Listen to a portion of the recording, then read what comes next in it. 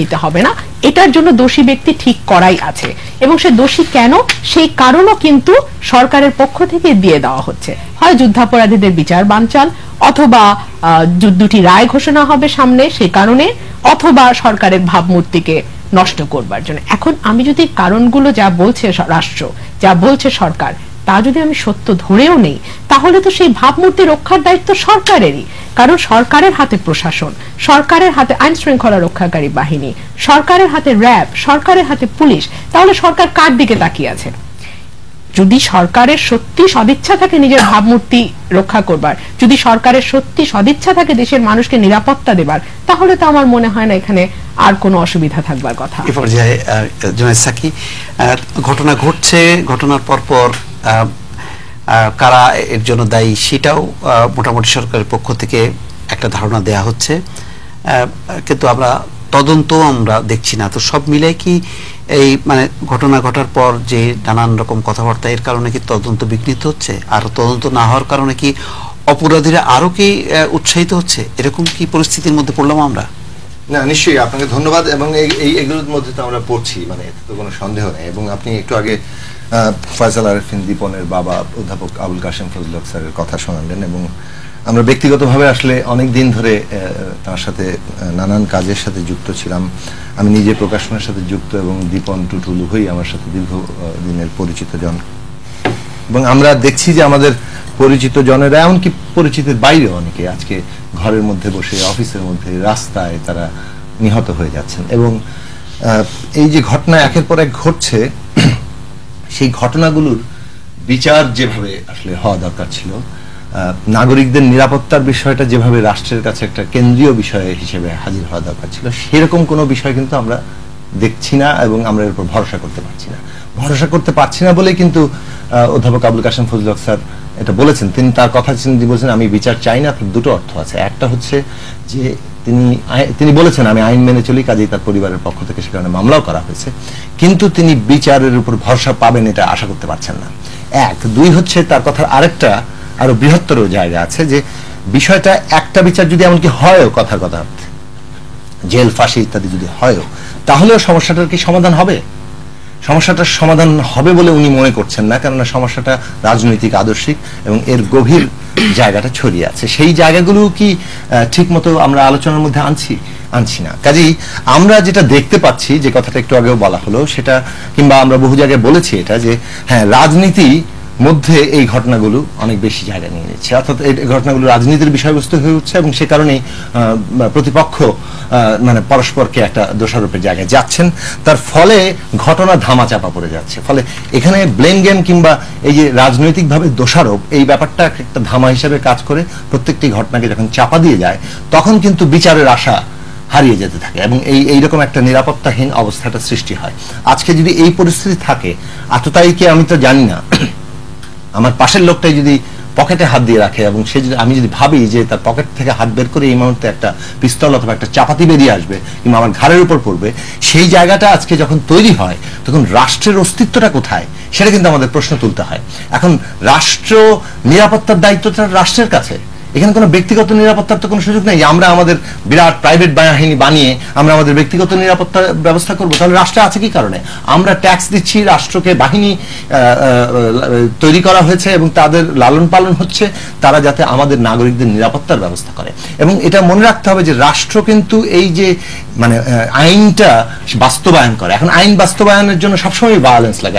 আইন এবং বল প্রয়োগ, এটা দুটো পরস্পর সম্পর্কিত, এবং এই বল প্রয়োগটা ঘটে ন্যায্যতার ভিত্তিতে, অর্থাৎ জনগণের সম্মতি আছে বলে।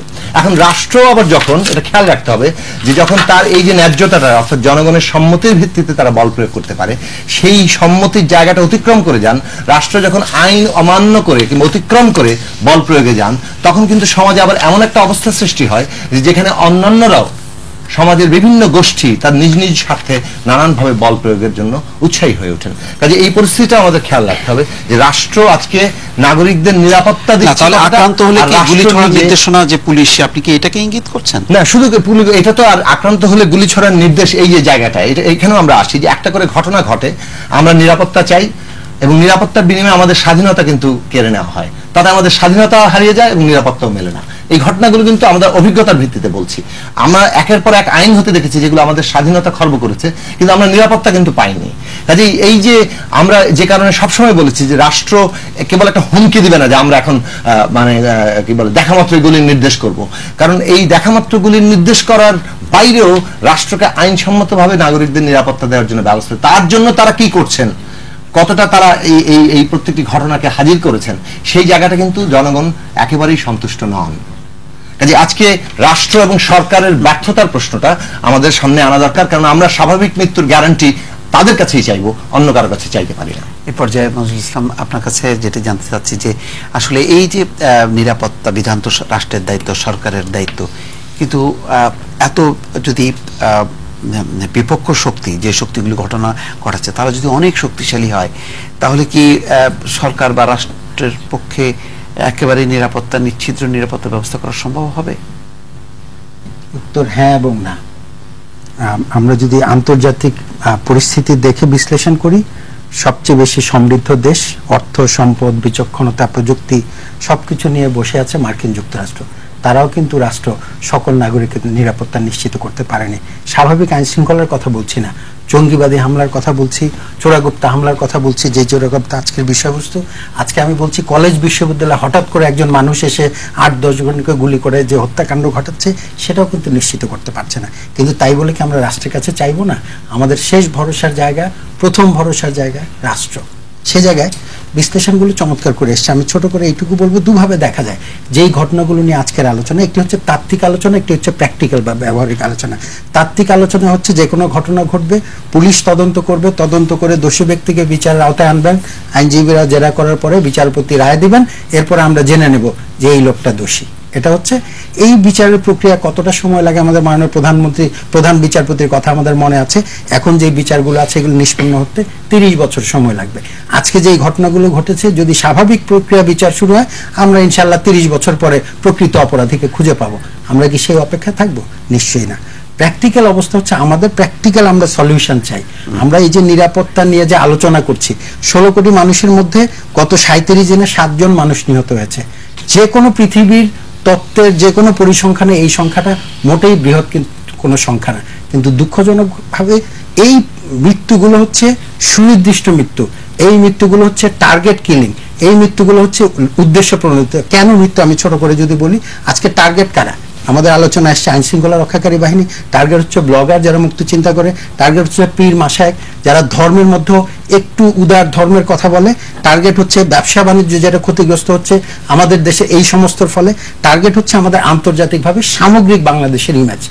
এই টার্গেটগুলো যদি বিবেচনা করি, তাহলে কার কারণে কারা এই কাজগুলো করছে, যার ফলে এই জিনিসগুলো টার্গেট করে সামনের দিকে এগিয়ে যাওয়া। এখানে আমরা সরাসরি যদি দেখি, বেশ কয়েকটা জিনিস আমাদের সামনে, এই পুরো ঘটনাগুলো আমাদের বাংলাদেশ কিন্তু জন্মের পর থেকে নানান সময় আইন শৃঙ্খলার অবনতি ঘটেছে, রাজনৈতিক অরাজনৈতিক কারণে বিশৃঙ্খলা সৃষ্টির চেষ্টা হয়েছে, কিন্তু এখন যেটা হচ্ছে, আমরা একেবারে সাম্প্রতিককালে যদি বলি, একেবারে আমরা পরিষ্কার যদি প্রশ্ন করি, কেন এই হত্যাকাণ্ড, কেন এই আইন শৃঙ্খলা পরিস্থিতি অবনতি, কবে থেকে শুরু?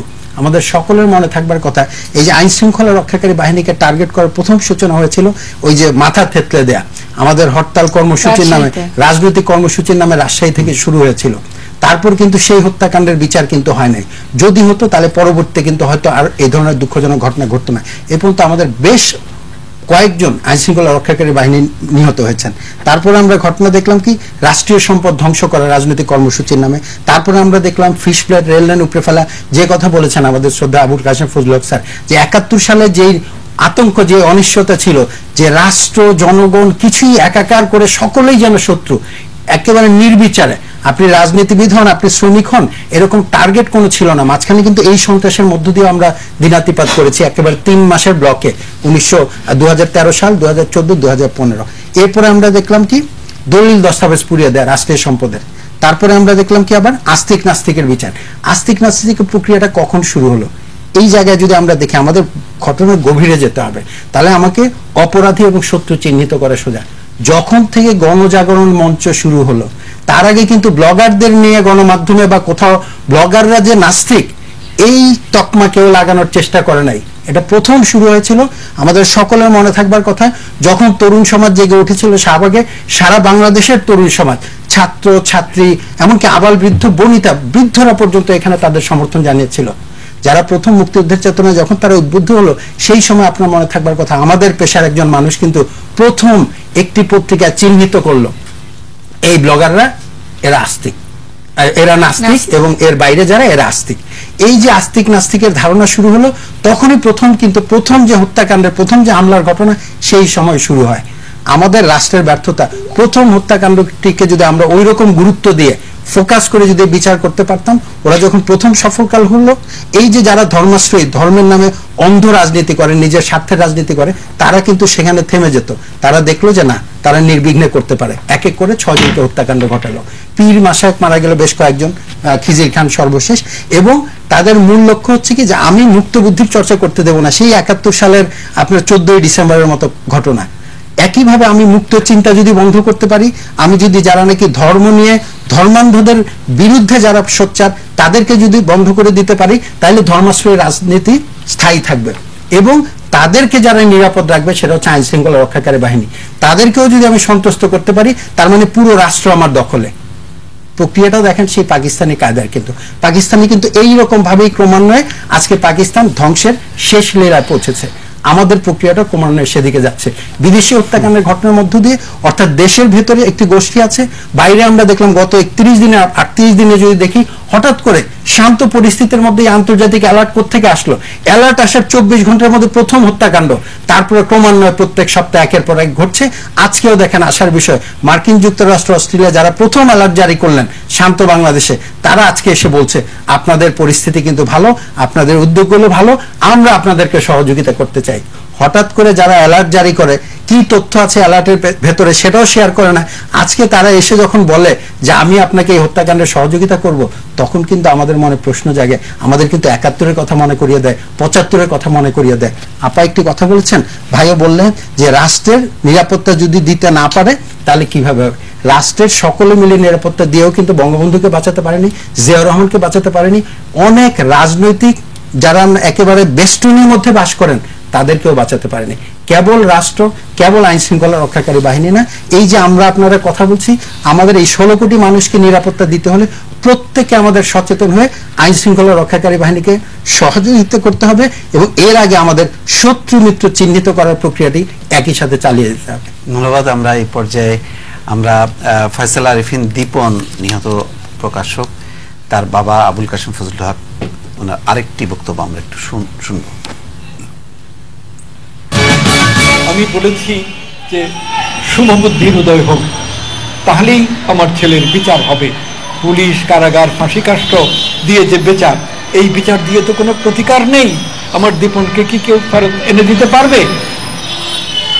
বিচার আছে, বিচার চলুক, কিন্তু তার চাইতেও বড় কথা হলো দেশে মানুষের মধ্যে ধনী, গরিব, শক্তিশালী, দুর্বল, রাজনীতিবিদ এবং অন্যান্য স্তরের মানুষ শুভবুদ্ধির দারুণ অভাব হয়ে গেছে। একদিকে ধর্মনিরপেক্ষতার কথা বলে কিছু কাজ করছে, তারা যে ভালো কাজ করছে এটা কি বলা যাবে? গণতন্ত্রের নামে, সমাজতন্ত্রের নামে, জাতীয়তাবাদের নামে তারা যে অপকর্ম করছে, এই অপকর্ম তো সীমাহীন। মানুষ খুন করছে, মিথ্যা প্রচার করছে, জোর করে জবরদস্তি করে তারা ক্ষমতায় থাকছে। আর এর পাল্টা হলো আরেকটা শক্তি, যারা রাষ্ট্রধর্ম ইসলামের কথা বলছে। তারা ইসলাম সম্পর্কে যেসব কথা বলছে, ব্লগে যেগুলো প্রচার করছে, এগুলোর মধ্যে তো আর যাই থাক, ইসলাম নাই, একটা জেদাজেদি করে জয়ী হওয়ার চেষ্টা। দর্শক, আমরা বক্তব্য দেখলাম, এই বক্তব্যেরও আমরা বিশ্লেষণ শুনবো। তবে তার আগে আমরা একটু যেতে চাই আমাদের আরেকটি স্টুডিওতে, যেখানে ঢাকা মেডিকেল কলেজ ডিবেটিং ক্লাবের কয়েকজন সদস্য আছে। আমরা তাদের কাছ থেকে একটা প্রশ্ন নিয়ে নিই। তারা নিশ্চয়ই অধীর আগ্রহে অপেক্ষা করছেন। আমাদের বিজ্ঞ প্যানেলের কাছে তারা কিছু প্রশ্ন রাখতে চান। জি, প্রশ্ন করুন, নাম বলুন এবং কার কাছে প্রশ্ন। আমার নাম ইফতেখার। আমি প্রফেসর সাদেকা হালিমা ম্যাডামের কাছে প্রশ্নটা রাখতে চাচ্ছি যে এসব চোরাগোপ্তা হামলার পিছনে কি আসলে কোনো বৈদেশিক কোনো হাত আছে কিনা, বা আপনি কি মনে করেন? জি, পরের প্রশ্ন লিখে রাখেন। আমি সৈকত। আমার প্রশ্ন হচ্ছে জোনায়েদ সাকি স্যারের কাছে। আমার প্রশ্ন হচ্ছে, এসব তথাকথিত চোরাগুপ্তা হামলা বহির্বিশ্বের কাছে আমাদের দেশের ভাবমূর্তি অনেক ক্ষুণ্ণ করছে, তো এ থেকে পরিত্রাণের উপায় কি বলে আপনি মনে করেন? জি, ধন্যবাদ। পরের প্রশ্ন। আসসালামু আলাইকুম, আমি জাফরি। আমার প্রশ্ন জুনায়েদ সাকি স্যারের কাছে। এই যে চোরাগুপ্তা হামলাগুলো হচ্ছে, এটা রোধ করার জন্য প্রশাসন আরো কিভাবে শক্তিশালী ভূমিকা পালন করতে পারত? ধন্যবাদ। পরের প্রশ্ন। আসসালামু আলাইকুম, আমার প্রশ্ন ম্যাডাম ব্যারিস্টার রুমিন ফারহানা ম্যামের কাছে, যে আমাদের বিচার ব্যবস্থার যে দীর্ঘসূত্রিতা এসব চোরাগুপ্তা হামলা কি আরো প্রভাবিত করছে কি, আপনি কি মনে করেন? এটাই আমার কোশ্চেন। জি, আসসালামু আলাইকুম, আমি নাহিদ। আমার প্রশ্নটা মঞ্জুরুল ইসলাম স্যারের কাছে। আমি জানতে চাইছিলাম যে সাম্প্রতিক সময়ে আমরা বেশিরভাগ অপ্রীতিকর ঘটনাগুলোর পরে শুনে থাকি যেটি একটি বিচ্ছিন্ন ঘটনা, তো এগুলো কি আসলে কোনো বিচ্ছিন্ন ঘটনা নাকি এই দায়মুক্তির কোনো অজুহাত, আপনি কি মনে করেন? জি, ধন্যবাদ। জি, হ্যাঁ, ইফতেখার উনি জানতে চেয়েছেন যে চোরাগুপ্তা হামলার পিছনে বিদেশি কোনো হাত আছে কিনা। আমার মনে হয় আমরা যে 4 জন বক্তব্য দিয়েছি এর মধ্যে কিছুটা ইঙ্গিত এসেছে যে আন্তর্জাতিকভাবে যে ধরনের ঘটনাগুলো ঘটছে, যে আন্তর্জাতিক কিছু সম্পৃক্ততা একেবারে যে উড়িয়ে দেওয়া উচিত তার নয়, থাকতে পারে, সেটার সম্ভাবনা আমরা উড়িয়ে দিচ্ছি না। কেন উড়িয়ে দিচ্ছি না এভাবে আমি বলি যে আমি যেহেতু গবেষণা করি, আমি অধ্যাপনা করি, আমি একজনের গবেষণা দেখছিলাম যে তিনি 67টি প্রতিবেদন বাংলাদেশে 4টি ন্যাশনাল ডেইলিতে বের হয়েছে, তার ভিত্তিতে উনি বলেছেন যে যারা গ্রেফতার হয়েছেন, যাদেরকে গ্রেফতার করেছে তার টোটাল সংখ্যা হচ্ছে প্রায় বোধহয় 100 জন, যারা র্যাবের কাছে র্যাব কর্তৃক বন্দী হয়েছেন। সেখানে অনেকেই স্বীকার করেছেন যে তারা জেএমবি বা আইএস বা হুরকাতুল জিহাদ বা অনেক আনসারুল্লাহ বাংলা টিম ইত্যাদির সাথে তাদের কিছুটা সম্পৃক্ততা আছে, বা তারা সমন্বয়কারী হিসাবে কাজ করছেন, বা তাদের ইচ্ছা আছে এদের সাথে কাজ করার। এখন বিদেশে যদি কোনো সম্পৃক্ত থাকে, সেটা একেবারে যে ফিজিক্যালি বাংলাদেশে আমরা তার প্রেজেন্সটা ফিল করব তা নয়, কিন্তু আমরা সবাই জানি যে ডিজিটালাইজেশনের যুগে আমরা বিভিন্নভাবে এদের সাথে যোগাযোগটা আমরা রাখতে পারি যদি কারো ইচ্ছা হয় যে সে এই ধরনের কাজে লিপ্ত হবেন। সে কারণে আজকে আমি একটা বিবিসির একজন সাংবাদিকের ইন্টারভিউ দেখছিলাম, তিনি বলছিলেন যে গ্লোবালি যে ঘটনাগুলো ঘটছে তার বাইরে কিন্তু বাংলাদেশ নয়, আমরা কিন্তু বিচ্ছিন্ন নয়, এবং আমরা চিন্তা চেতনায় বলি, উন্নয়নের ধারায় বলি, বা একদম অশুভ শক্তি বা যেটা যে কারণে হোক না কেন আমরা ধর্মান্ধ হয়ে পড়ছি, এবং যারা কিনা ধর্মের নিয়ে রাজনীতি করছে তাদের সাথে সম্পৃক্ত হওয়াটা খুব অনেক সময় আমি মনে করতে পারি যেটা স্বাভাবিক হতেও পারে। এবং আমরা দেখছি যে ইংলিশ মিডিয়ামে স্কুলে পড়া, ও লেভেলস করা, নর্থ সাউথ বিশ্ববিদ্যালয়ে পড়া, আপনি দেখবেন যে রাজীব হায়দারের যে 7 জনকে গ্রেফতার করা হয়েছে এবং চার্জশিটও প্রায় রেডি, সেখানে কিন্তু আমরা দেখছি যে একেবারেই সচ্ছল পরিবারের সন্তানরা এখানে সম্পৃক্ত, এবং আন্তর্জাতিক কোনো ক্ষেত্রে তাদের সম্পৃক্ততা লক্ষ্য করা যায়। অর্থাৎ আন্তর্জাতিক কেন আছে, সেখানে একটা ইডিওলজির বিষয় চলে আসছে, যেখানে তারা তাদের সাথে সম্পৃক্ত হয়ে এই ধরনের ঘটনা তারা বাংলাদেশের অভ্যন্তরে ঘটাচ্ছে, কিন্তু সরাসরি তাদের সাথেই একেবারেই ডাইরেক্ট কানেকশন সেটা আমার পক্ষে বলা সম্ভব নয়। আমি মনে করি এখানে একটা গ্লোবাল কোলাবোরেশন দরকার গোয়েন্দা সংস্থার মধ্যে। আমরা এটাও জানি যে বাংলাদেশের গোয়েন্দা সংস্থা জাস্ট বিচ্ছিন্নভাবে কাজ করে না, তারা বিভিন্ন দেশের গোয়েন্দাদের সাথে কাজ করে কিন্তু তারা এই তথ্যপাত্র আমাদের সামনে উপস্থাপন করে। সেখানে যখন এই তদন্তটা যখন এখন চলমান, এবং আমি যেহেতু একজন সাবেক তথ্য কমিশনার, তথ্য অধিকার আইনে আছে যে যখন কোনো চলমান তদন্ত থাকে তখন কিন্তু সকল তথ্য পুলিশ, র্যাব বা আইন শৃঙ্খলা বাহিনী দিতে বাধ্য না। তবুও আমি বলবো যে যতটুকু আমরা পাচ্ছি, কেননা জনগণের একটা প্রেশার আছে, মিডিয়ার একটা প্রেশার আছে, যাদের ছেলে মেয়ে চলে গেছে তাদের একটা প্রেশার আছে, আমরা কিছু না কিছু শুনতে চাই, সেই ক্ষেত্রে বিবেচনায় কিন্তু আমরা সেভাবে আমরা তথ্যগুলা পাচ্ছি। আবার মিডিয়াকেও আমরা দেখছি যে তারাও কিন্তু অনুসন্ধানীমূলক প্রতিবেদন আমাদের সামনে উপস্থাপন করছে। আপনারা দেখছেন যে তারা এই যে লিঙ্কগুলো কিভাবে আছে, কিভাবে এস্টাবলিশ করছে, সেই বিষয়গুলো আমি মনে করি সেখান থেকে আসছে। সেই জন্য সম্পূর্ণভাবে এটা আমি মনে করি যে উড়িয়ে দেওয়া যায় না। জুনায়েদ সাকি, দুটো প্রশ্ন আছে। ধন্যবাদ। আসলে মানে আমি ওই আগের প্রশ্ন থেকেই ধরি যেটা এটার সাথে সম্পর্কিত, যে আমরা তো একটা বৈশ্বিক বাস্তবতার মধ্যে বসবাস করি, এবং এই বৈশ্বিক বাস্তবতার মধ্যে আমরা বাংলাদেশকে বিচ্ছিন্ন করে ফেলতে পারবো না। কাজেই বিশ্বব্যাপী আমরা একটা ঘটনা দেখতে পাচ্ছি যে হ্যাঁ, একটা মার্কিন যুক্তরাষ্ট্রের একদিকে এক ধরনের সন্ত্রাসের বিরুদ্ধে যুদ্ধ, যার প্রতিপক্ষ ইসলামী জঙ্গি নামধারী কতগুলো দলের বিরুদ্ধে তারা যুদ্ধ করছেন। কিন্তু ঐতিহাসিকভাবে যেটা দেখা যায় যে এই ইসলামী নামধারী জঙ্গি দলগুলোর উৎপত্তি এবং তাদের বিকাশে মার্কিন যুক্তরাষ্ট্রের আবার অবদান আছে। সেটা যদি আফগানিস্তানে তালেবানের ক্ষেত্রে দেখা যায়, সেটা আল কায়েদার ক্ষেত্রে দেখা যায়, এবং বর্তমানকালে আইসিসের যে উত্থান সেটার পেছনে। কাজেই এখানে খুব বিস্তারিত আমি যেতে পারবো না, কিন্তু এইটুকু বলবো যে বর্তমান সাম্রাজ্যিক যে অর্থনীতি তার মধ্যে কিন্তু একটা বড় সংকটের জায়গা আছে, সেটা অর্থনৈতিক সংকট, এবং সেক্ষেত্রে এই অর্থনৈতিক সংকট মোকাবেলায় সামরিক যে অর্থনীতি বিশ্বব্যাপী সেটা একটা গুরুত্বপূর্ণ ভূমিকা পালন করে। ফলে দুনিয়াব্যাপী একটা সামরিক আইন ঘটাতে হয়, যুদ্ধের প্রয়োজনীয়তা তৈরি করতে হয়, অস্ত্রের বাণিজ্যের যে বিস্তার সেটার বাস্তব ক্ষেত্রটা তৈরি করতে হয়। সেজন্য শত্রু সবসময় খুব প্রয়োজন। 90 পরবর্তী যুগের ঠান্ডা লড়াইয়ের সময় এক ধরনের শত্রু ছিল, 90 পূর্ববর্তী যুগে, 90 পরবর্তী যুগে কিন্তু সেই শত্রুর জায়গাটা, বিশেষত এই সাম্রাজ্যের অর্থনীতির জায়গা থেকে যদি আমরা দেখি তাহলে দেখবো যে এই শত্রুর জায়গাটা ইসলামী জঙ্গিবাদী নামধারী দলদের জায়গাটা তৈরি করেছে, এবং সারা দুনিয়াব্যাপী তার একটা বিস্তার ঘটছে, এবং দুনিয়ার বিভিন্ন জায়গায় এই সন্ত্রাসের বিরুদ্ধে যুদ্ধের বিস্তার ঘটেছে।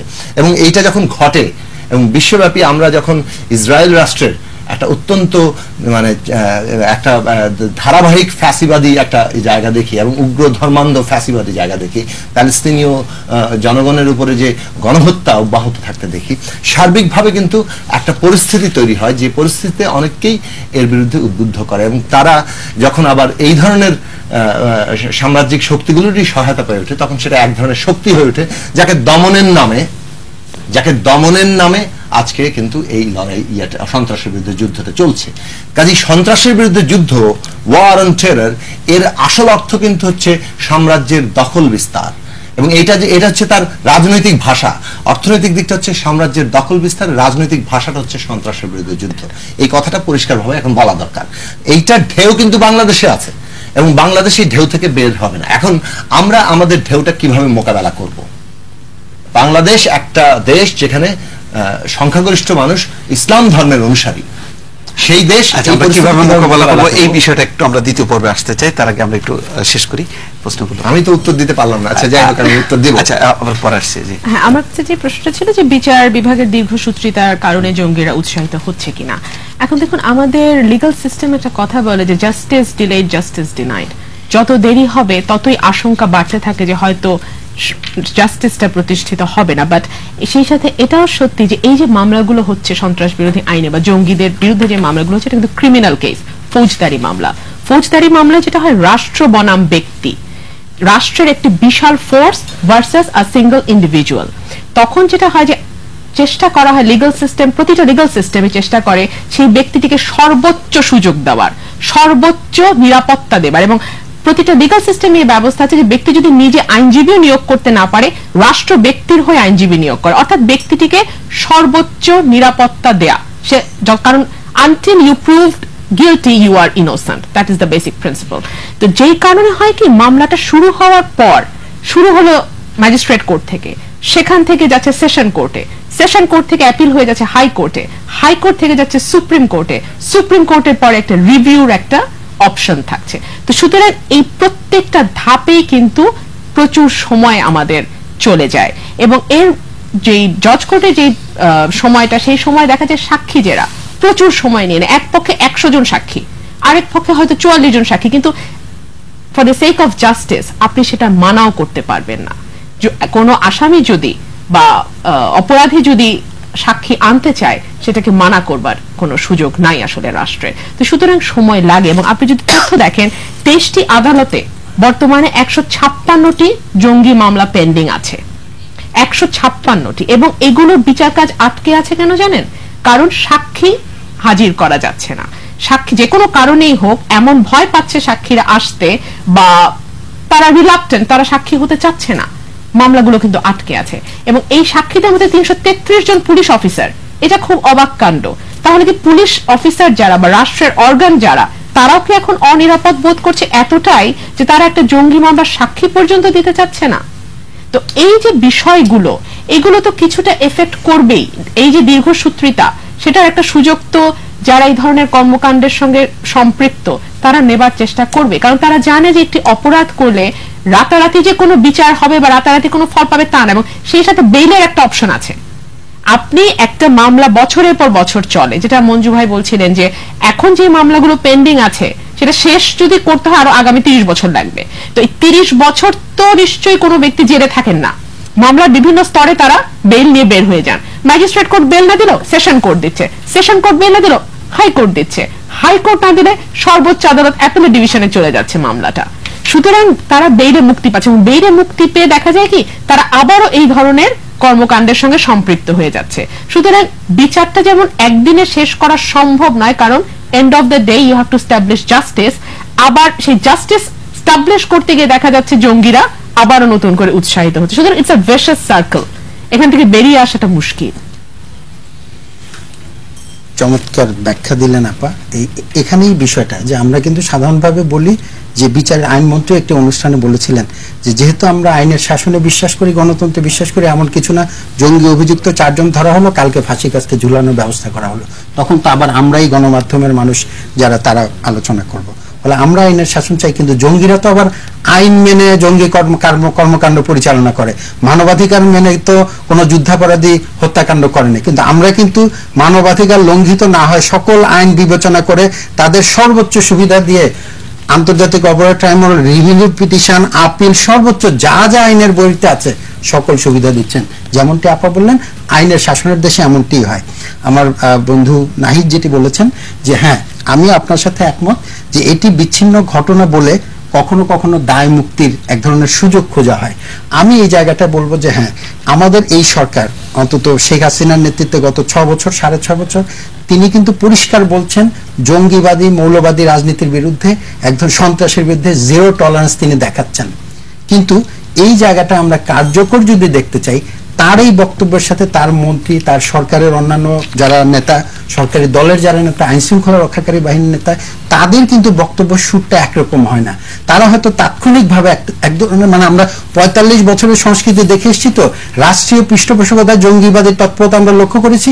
তখন যে সংস্কৃতি ছিল হয়তো তাৎক্ষণিক প্রতিক্রিয়া এটাই বলে যে এটা একটা বিচ্ছিন্ন ঘটনা, খুঁজে না দেখে। কিন্তু আমি আপার সাথে একমত হয়ে দর্শকদের জন্য এবং আমার সেই বন্ধু প্রশ্নকর্তা তার জন্য কয়েকটি তথ্য খালি দিতে চাই যে বাংলাদেশে এ পর্যন্ত আমরা কিন্তু এর মধ্যে কথায় কথায় বলে ফেলি যে সরকার বা আইন শৃঙ্খলা রক্ষাকারী বাহিনী কাউকে ধরতে পারেনি। ব্লগার রাজীব হত্যাকাণ্ডের জন্য 6 জনকে অ্যারেস্ট করে চার্জ ফ্রেম করা হয়েছে এবং এর মধ্যে 18 জনের ইতিমধ্যে তাদেরকে জিজ্ঞাসাবাদ করা হয়েছে। অভিজিৎ রায় 7 জনকে অ্যারেস্ট করা হয়েছে এবং মেইন যে পরিকল্পনাকারী তাকে অ্যারেস্ট করা যায়নি। ওয়াসিকুর রহমান বাবুর ব্যাপারে 3 জনকে অ্যারেস্ট করা হয়েছে এবং 2 জনকে স্পটে, আমরা সকলেই জানি। এর মধ্যে তাদেরও চার্জশিটের প্রক্রিয়াধীন আছে। অনন্ত বিজয় দাস তার ব্যাপারে 4 জন অ্যারেস্ট করা হয়েছে, 1 জন 164 এ স্বেচ্ছায় জবানবন্দি দিয়েছেন, তিনি সম্পৃক্ত ছিলেন। নীলাদ্রি চ্যাটার্জি নিলয় তার ব্যাপারে 4 জনকে অ্যারেস্ট করা হয়েছে, সেটাও চলছে, তদন্ত চলছে। আর এর মধ্যে ফয়সাল আরফিন দীপনের ব্যাপারে মাত্র কেসটি হয়েছে আমরা জানি। তার মধ্যে ট্রাভেলার ওই যে আমাদের ইতালীয় নাগরিক তার ব্যাপারে 5 জনকে অ্যারেস্ট করা হয়েছে, 1 জন নিজে স্বীকারোক্তি দিয়েছে। এবং হোসি কোনিও যে মার্ডার, এখানে 2 জনকে অ্যারেস্ট করা হয়েছে এবং মেইন কিলার তাকেও আইডেন্টিফাই করা হয়েছে। রাজন হত্যার ব্যাপারে আমরা জানি শিশুদের নিয়ে একটা হত্যাকাণ্ডের কর্মকাণ্ড চলছিল কিছুদিন, সেখানে 11 জনকে অ্যারেস্ট করা হয়েছে এবং এর মধ্যে মেইন যে অপরাধী তাকে ধরা হয়েছে শিশু রাকিব, এটাই শেষ পর্যায়ে। 3 জনকে গ্রেফতার করা হয়েছে এবং এছাড়া খিজির খানের ব্যাপারে 2 জনকে অ্যারেস্ট করা হয়েছে। এই যে ঘটনাগুলো, অর্থাৎ পুলিশ কিন্তু একের পর এক তাদের অগ্রগতি আছে। আমাদের পুলিশ বাহিনীর দক্ষতা, আমাদের পুলিশ বাহিনীর প্রশিক্ষণ, প্রযুক্তিগত প্রশিক্ষণের ব্যাপারে আমরা সকলে জানি। এখানে আমরা যদি আজকে কল্পনা করি মার্কিন যুক্তরাষ্ট্র, ভারত অথবা যুক্তরাজ্যের সাথে আমরা কল্পনা করি যে ওই শ্রেণীর যে ফিঙ্গারপ্রিন্ট দিয়ে আমরা পরদিন ধরে ফেলবো, এটা হবে না। এই জায়গায় আমি মনে করি হবে না বলে কি আমরা হতাশ হয়ে বসে থাকবো? আমাদের এখন সময় আসছে, আমি যেটা বলি বারবার, যে সন্ত্রাসীরা যে 100 মাইল স্পিডে দৌড়ে ভাগতে চায়, আমি যদি 50 মাইল স্পিডের গাড়ি দিয়ে তাদেরকে ধরতে যাই, জীবনেও ধরতে পারবো না। সে জায়গায় আমাদের তাদের মতো করে দক্ষতা অর্জন করতে হবে, প্রযুক্তিগত দক্ষতাই বলেন, জনবলের দক্ষতা, প্রশিক্ষণ, এই জায়গায় কাজ করে আমাদেরকে সত্যিকার অর্থে পুলিশকে কেবলমাত্র ওই যে সরকার বা সরকারি দলের কারো নিরাপত্তা নিশ্চিত করে না, সামগ্রিকভাবে এই সমস্ত ক্ষেত্রে বিশেষ ক্ষেত্রে অনেকেই বলেছেন যে কাউন্টার ইন্টেলিজেন্স বলে একটি বিশেষ ফোর্স করা যায় কিনা, কারণ এই সমস্ত জায়গাগুলোতে কিন্তু সাধারণ পুলিশ, যেমন আমরা গতকাল এক ধরনের সমালোচনা করেছি যে একজন পুলিশকে ছুরিকাঘাত করে গেল, তার কাছে অস্ত্র ছিল, সে কিছু করলো না কেন। আমাদের দেশ তো পুলিশই রাষ্ট্র না, ওই সামরিক শাসনের মতো করে পুলিশ বন্দুক তাক করে দাঁড়িয়ে থাকে না, তারা তো সাধারণ বন্ধুদের মতো করেই এক ধরনের পাহারা করে। ফলে এই জায়গায় প্রশিক্ষণ তাদের দিতে হবে যে তারা যাতে ডিটেক্ট করতে পারে আমাদের সিসিটিভি সহ অন্যান্য বিষয় নিয়ে, এগুলো নিশ্চয়ই আমরা পরে আর বলবো। এক মিনিটের মধ্যে কি আরেকটা অংশ আছে, ওটা দেওয়া যাবে? বিরতি নিয়ে আসেন, তারপরে কথা। জি দর্শক, আমরা একটা ছোট্ট বিরতি নিচ্ছি, ফিরছি, সঙ্গেই থাকুন।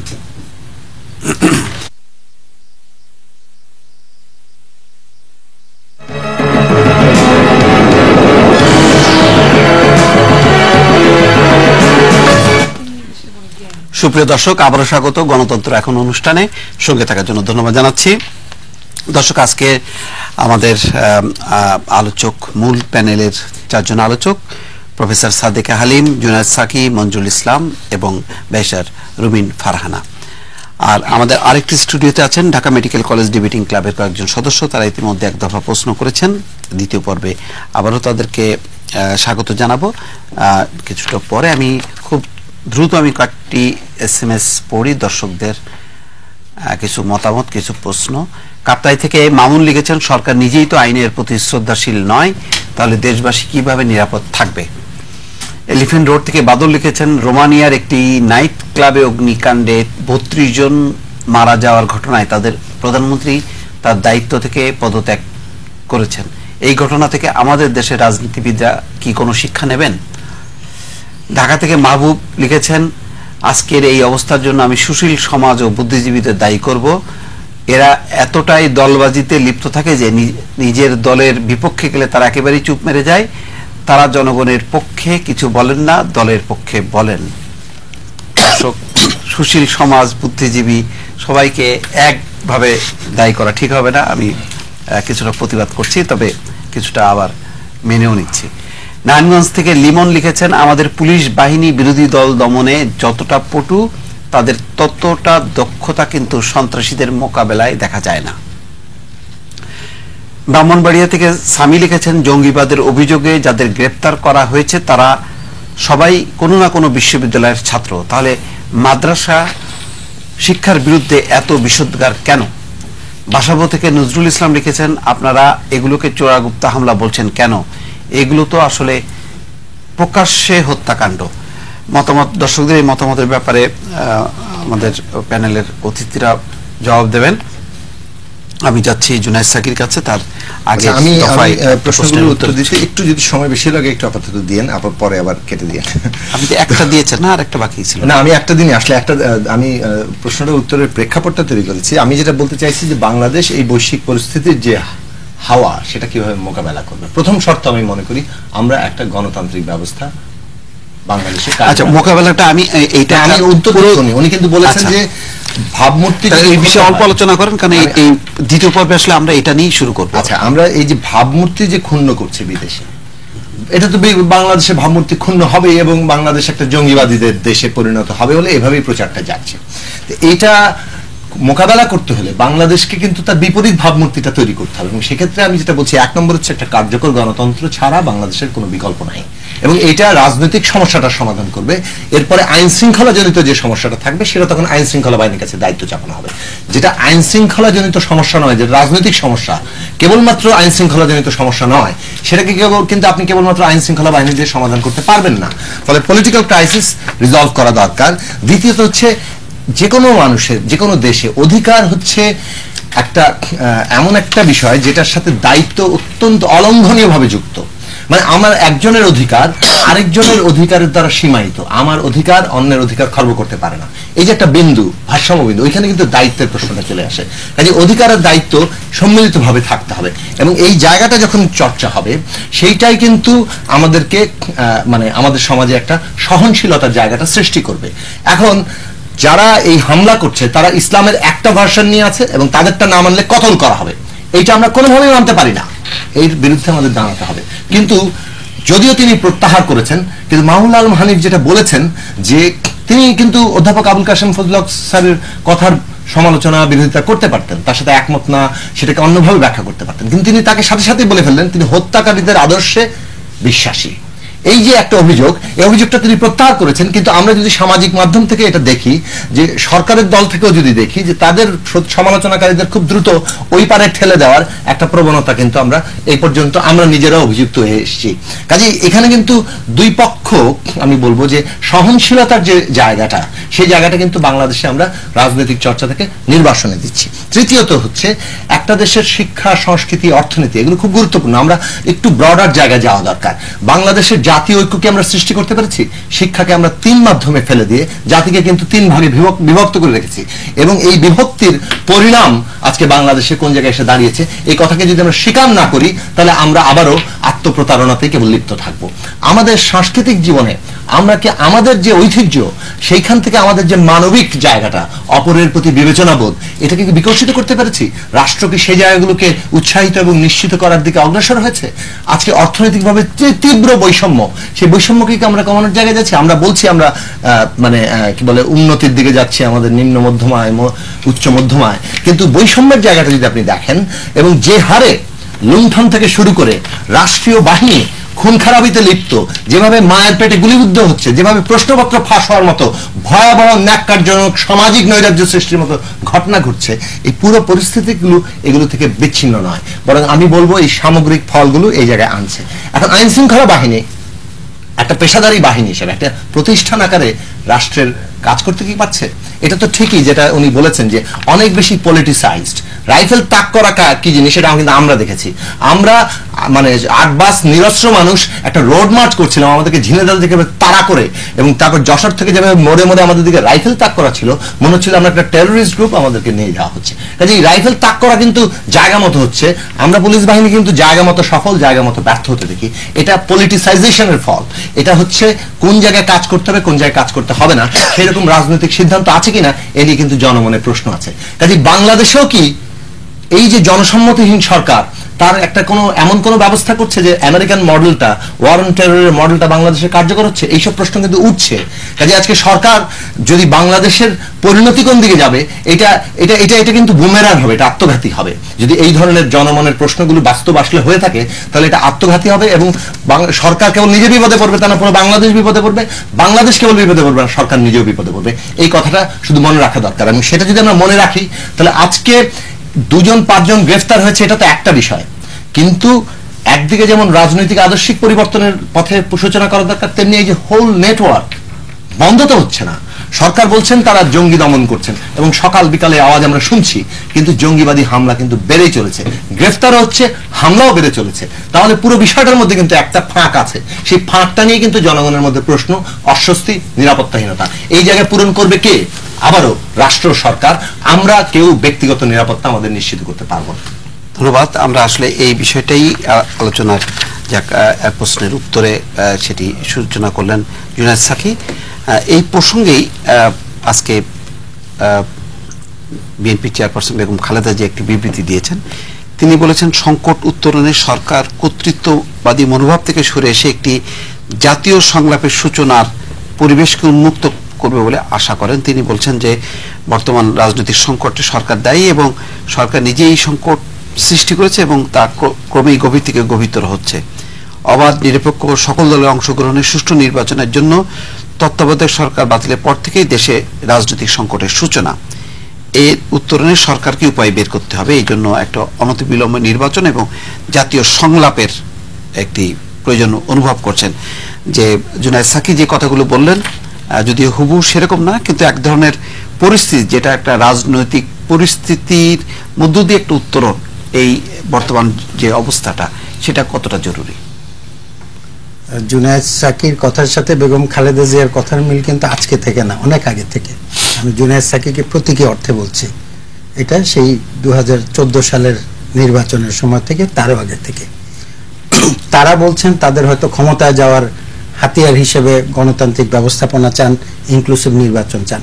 জুনায়েদ সাকিরা হয়তো যেটা উনি ব্যাখ্যা করলেন, যে গণমানুষের অধিকার নিশ্চিত হচ্ছে কিনা, ধনী গরিবের বৈষম্যটা কমানো যাচ্ছে কিনা, ইত্যাদি কারণে। কিন্তু মূল লক্ষ্যটা একই হচ্ছে যায়, শেষ পর্যন্ত কার্যকারণটা দাঁড়াচ্ছে যে সরকারের বিরুদ্ধে আমার অবস্থান। আমিও ব্যক্তিগতভাবে ওনার সাথে একমত, যেটা সাকি সাহেব বললেন, রাজনৈতিক সমস্যার সমাধান হওয়া দরকার, জাতীয় ঐক্য দরকার, এবং সমালোচনা করলে যাতে জুনায়েদ সাকিকে আবার জামাত শিবির জঙ্গিবাদীদের সাথে যারা বাম প্রগতিশীল তাদেরকে ব্র্যাকেট বন্দি করা না হয়। কিন্তু কোন সময়টায় একই কথা কিন্তু বেগম খালেদা জিয়া বলেছেন, কিন্তু বেগম খালেদা জিয়ার বাম যারা কথা বলেন তাদের কথার মধ্যে বাস্তবিক তফাৎটা কিন্তু আমাদের সকলের মনে আছে। আমরা বেগম খালেদা জিয়ার নেতৃত্বে 13, 14, 15 সালে এই নির্বাচনে, ইনক্লুসিভ নির্বাচনের নামে বা তাদের মতো করে একটি সরকার নির্বাচনের নামে রাষ্ট্রবিরোধী তৎপরতা হতে লক্ষ্য করেছি। এই সন্ত্রাসের সূত্রপাত সেখান থেকে। এর আগে আমি বলেছি, পুনরুচ্চারণ করতে চাই না, তারই ধারাবাহিকতায় কিন্তু এক এক করে এগুলো চলছে। 2001 থেকে 2006 সাল পর্যন্ত রাষ্ট্রীয় পৃষ্ঠপোষকতায় কিভাবে জঙ্গিবাদ এবং কিভাবে এই জঙ্গি পুরো সংগঠনগুলোকে, জেএমবি সহ হরকাতুল জিহাদ সকল সংগঠনকে উস্কে দেওয়া হয়েছে এবং বলা হয়েছে, মন্ত্রী আজকে যিনি যুদ্ধাপরাধের দায়ে ফাঁসির কাস্টের অপেক্ষা করছেন সেই মতিউর রহমান নিজামী পর্যন্ত বলেছেন যে বাংলা ভাই নাকি মিডিয়ার সৃষ্টি। আজকে এরাই কিন্তু একসময় উৎসাহ দিয়ে তাদের তৎপরতার ফলে এই জঙ্গিবাদের শিকড় আমরা এখনো উপড়ে ফেলতে পারিনি। আমার বক্তব্য, আমি ঐক্য চাই, জাতীয় ঐক্য, কিন্তু আমাদের 45 বছরের বাংলাদেশের ইতিহাসে 15 বছর ক্ষমতায় ছিল মুক্তিযুদ্ধের চেতনার পক্ষে, যেই মুক্তিযুদ্ধের চেতনা ছিল, যে আদর্শের কথা জুনায়েদ সাকি সাহেবরা বলেন যে গণমানুষের রাজনীতি হবে, গণমানুষের অধিকার নিশ্চিত হবে এবং ধনী গরিবের বৈষম্য নির্বিশেষে একটি সমাজতান্ত্রিক বা শোষণমুক্ত বাংলাদেশ হবে। সেই আদর্শে 15 বছর দেশ চলেছিল, যদি আমরা কাছাকাছি আদর্শ বলি। আর 30 বছর কিন্তু ধর্মকে আশ্রয় করে, কখনো স্বৈরতন্ত্র, কখনো সামরিকতন্ত্র, কখনো এই রাজনৈতিকভাবে যারা নাকি বাঙালি জাতীয়তাবাদ, বাংলাদেশি জাতীয়তাবাদের কথা বলে পাকিস্তানি কায়দায় এক ধরনের প্রো পাকিস্তানি রাজনীতিকে যারা উৎসাহিত করেছিলেন তারা ক্ষমতায় ছিলেন। ফলে সে জায়গায় আজকে কিন্তু বিভাজনের জায়গাটা এই পর্যায়ে এসছে। আমি ঐক্য করতে চাই সকলে যারা বাংলাদেশে বিশ্বাস করে, আমি ঐক্য চাই সকল শক্তির মধ্যে যারা মুক্তিযুদ্ধে বিশ্বাস করে, আমি ঐক্য চাই যাদের মধ্যে যারা মনে করে না যে বাংলাদেশের অর্থনৈতিক প্রগতিকে আমি বন্ধ করে দিয়ে আমি এই মুহূর্তে নির্বাচন করে সেই নির্বাচনে যেহেতু 30 বছরে তাদের অর্থ বিত্ত সকল কিছু দিয়ে তাদের শেকল এত বিস্তৃত, হয়তো সংখ্যার দিক থেকে আমি দেখবো আশ্চর্য হব না যে মৃত্যুদণ্ডপ্রাপ্ত যুদ্ধাপরাধীদের দলও দেখা যাবে একটি বড় আসন নিয়ে জাতীয় সংসদে নির্বাচিত হয়ে আসে। সেই অক্ষ কিন্তু বাংলাদেশের অধিকাংশ মানুষ চায় না। 2008 সালের ডিসেম্বর মাসের নির্বাচনে বাংলাদেশের মানুষ কিন্তু সেই রায়টি দিয়েছে যে বাংলাদেশে যুদ্ধাপরাধীদের বিচার হতে হবে, রাজাকার এবং আলবদর যারা তারা বাংলাদেশে আবার জাতীয় পতাকা নিয়ে ঘুরবে, সেই পরিস্থিতি বাংলাদেশের মানুষ দেখতে চায় না। সেই ষড়যন্ত্র জাতীয় না আন্তর্জাতিকভাবে কিন্তু তাদের প্রভুরা, সেটা আমি নাম উচ্চারণ করেছেন সাকিব ভাই, কিছুটা মার্কিন যুক্তরাষ্ট্র থেকে শুরু করে পাশ্চাত্য বিশ্বের কিছু দেশ এবং পাকিস্তান সহ কিন্তু আমাদের কিন্তু দরদে হয়ে ওঠে কখনো কখনো আমাদের গণতন্ত্রের জন্য। সেই জায়গাটা আমার ভয় লাগে। ফলে আমি বেগম খালেদা জিয়ার জাতীয় ঐক্যের আহ্বানকে বা বিএনপির কয়েকজন নেতা, মেজর হাফিজও কদিন আগে বলেছেন, সেটাকে আমি সাধুবাদ জানাই, কিন্তু তার আগে বলতে হবে যে আমাদের রাজনীতির এই জায়গায় আমরা আপোষ করব না, মুক্তিযুদ্ধের ব্যাপারে আপোষ করব না, দেশের স্বার্থের ব্যাপারে আপোষ করব না, যুদ্ধাপরাধীদের বাঁচানোর ক্ষেত্রে কোনো রকমের ষড়যন্ত্রের মধ্যে আমরা পা দেব না।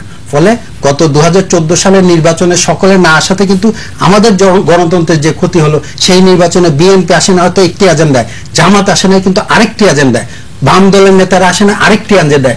শেষ পর্যন্ত কি হলো? ক্ষতিগ্রস্ত হলো আমাদের গণতন্ত্র, ক্ষতিগ্রস্ত হলো বাংলাদেশের জনগণ, ক্ষতিগ্রস্ত হয়েছে বাংলাদেশের ইমেজ। জি, আসলে অনেকগুলো বিষয় এখানে অ্যাড্রেস করবার আছে। আমরা যে একটি জাতীয় সংকটের মধ্যে দিয়ে যাচ্ছি এবং এটা যেটি রাজনৈতিক সংকট, এই বিষয়টি অস্বীকার করবার কিছু নেই। আর আমাদের যে আন্দোলনের যে রকমের কথাগুলো উঠছিল, সেই আন্দোলনের ধারাবাহিকতা তো বহু পুরনো। কারণ আমরা দেখেছি লগি বৈঠা দিয়ে কিভাবে মানুষ মারা হয়েছে, আমরা দেখেছি কিভাবে সর্বোচ্চ আদালতে লাথি মেরে দরজা ভেঙে ঢোকা হয়েছে। আসলে এই জিনিসগুলো তো হয়েছে আমাদের দেশে, কোনোটাই কিন্তু নতুন নয়। কিন্তু নতুন যে জিনিসটা হয়েছে সেটা হচ্ছে যে এই প্রথমবারের মতো যে 3 বারের প্রধানমন্ত্রী, যিনি বাংলাদেশের 3 বারের প্রধানমন্ত্রী ছিলেন, তাকে ইটের ট্রাক, বালুর ট্রাক দিয়ে একবার বাসায় আটকানোর চেষ্টা করা হয়েছে, একবার অফিসে বন্দী করার চেষ্টা করা হয়েছে। তিনি যখন বক্তব্য রাখছিলেন তখন পেপার স্প্রে দিয়ে তাকে আহত করবার চেষ্টা করা হয়েছে। এগুলো কোনোটাই আসলে সুস্থ রাজনীতির ইন্ডিকেশন দেয় না। যে কথাটা জুনায়েদ সাকি বলছিলেন যে এখানে দুরকম সমস্যা আছে, একটা হচ্ছে রাজনৈতিক সমস্যা, যেটাকে রাজনৈতিক ভাবেই অ্যাড্রেস করতে হবে। এটাকে কিন্তু আপনি আইন শৃঙ্খলা রক্ষাকারী বাহিনী দিয়ে দমন করে বা দুই একটি বিচ্ছিন্ন ঘটনাকে ধরে এনে নিয়ে বিচার করে আপনি এটা সমাধান করতে পারবেন না। রাজনৈতিক সমস্যা যতক্ষণ পর্যন্ত আপনি রাজনৈতিকভাবে অ্যাড্রেস না করছেন, ততক্ষণ পর্যন্ত এই সমস্যার সমাধান কোনোভাবেই সম্ভব না।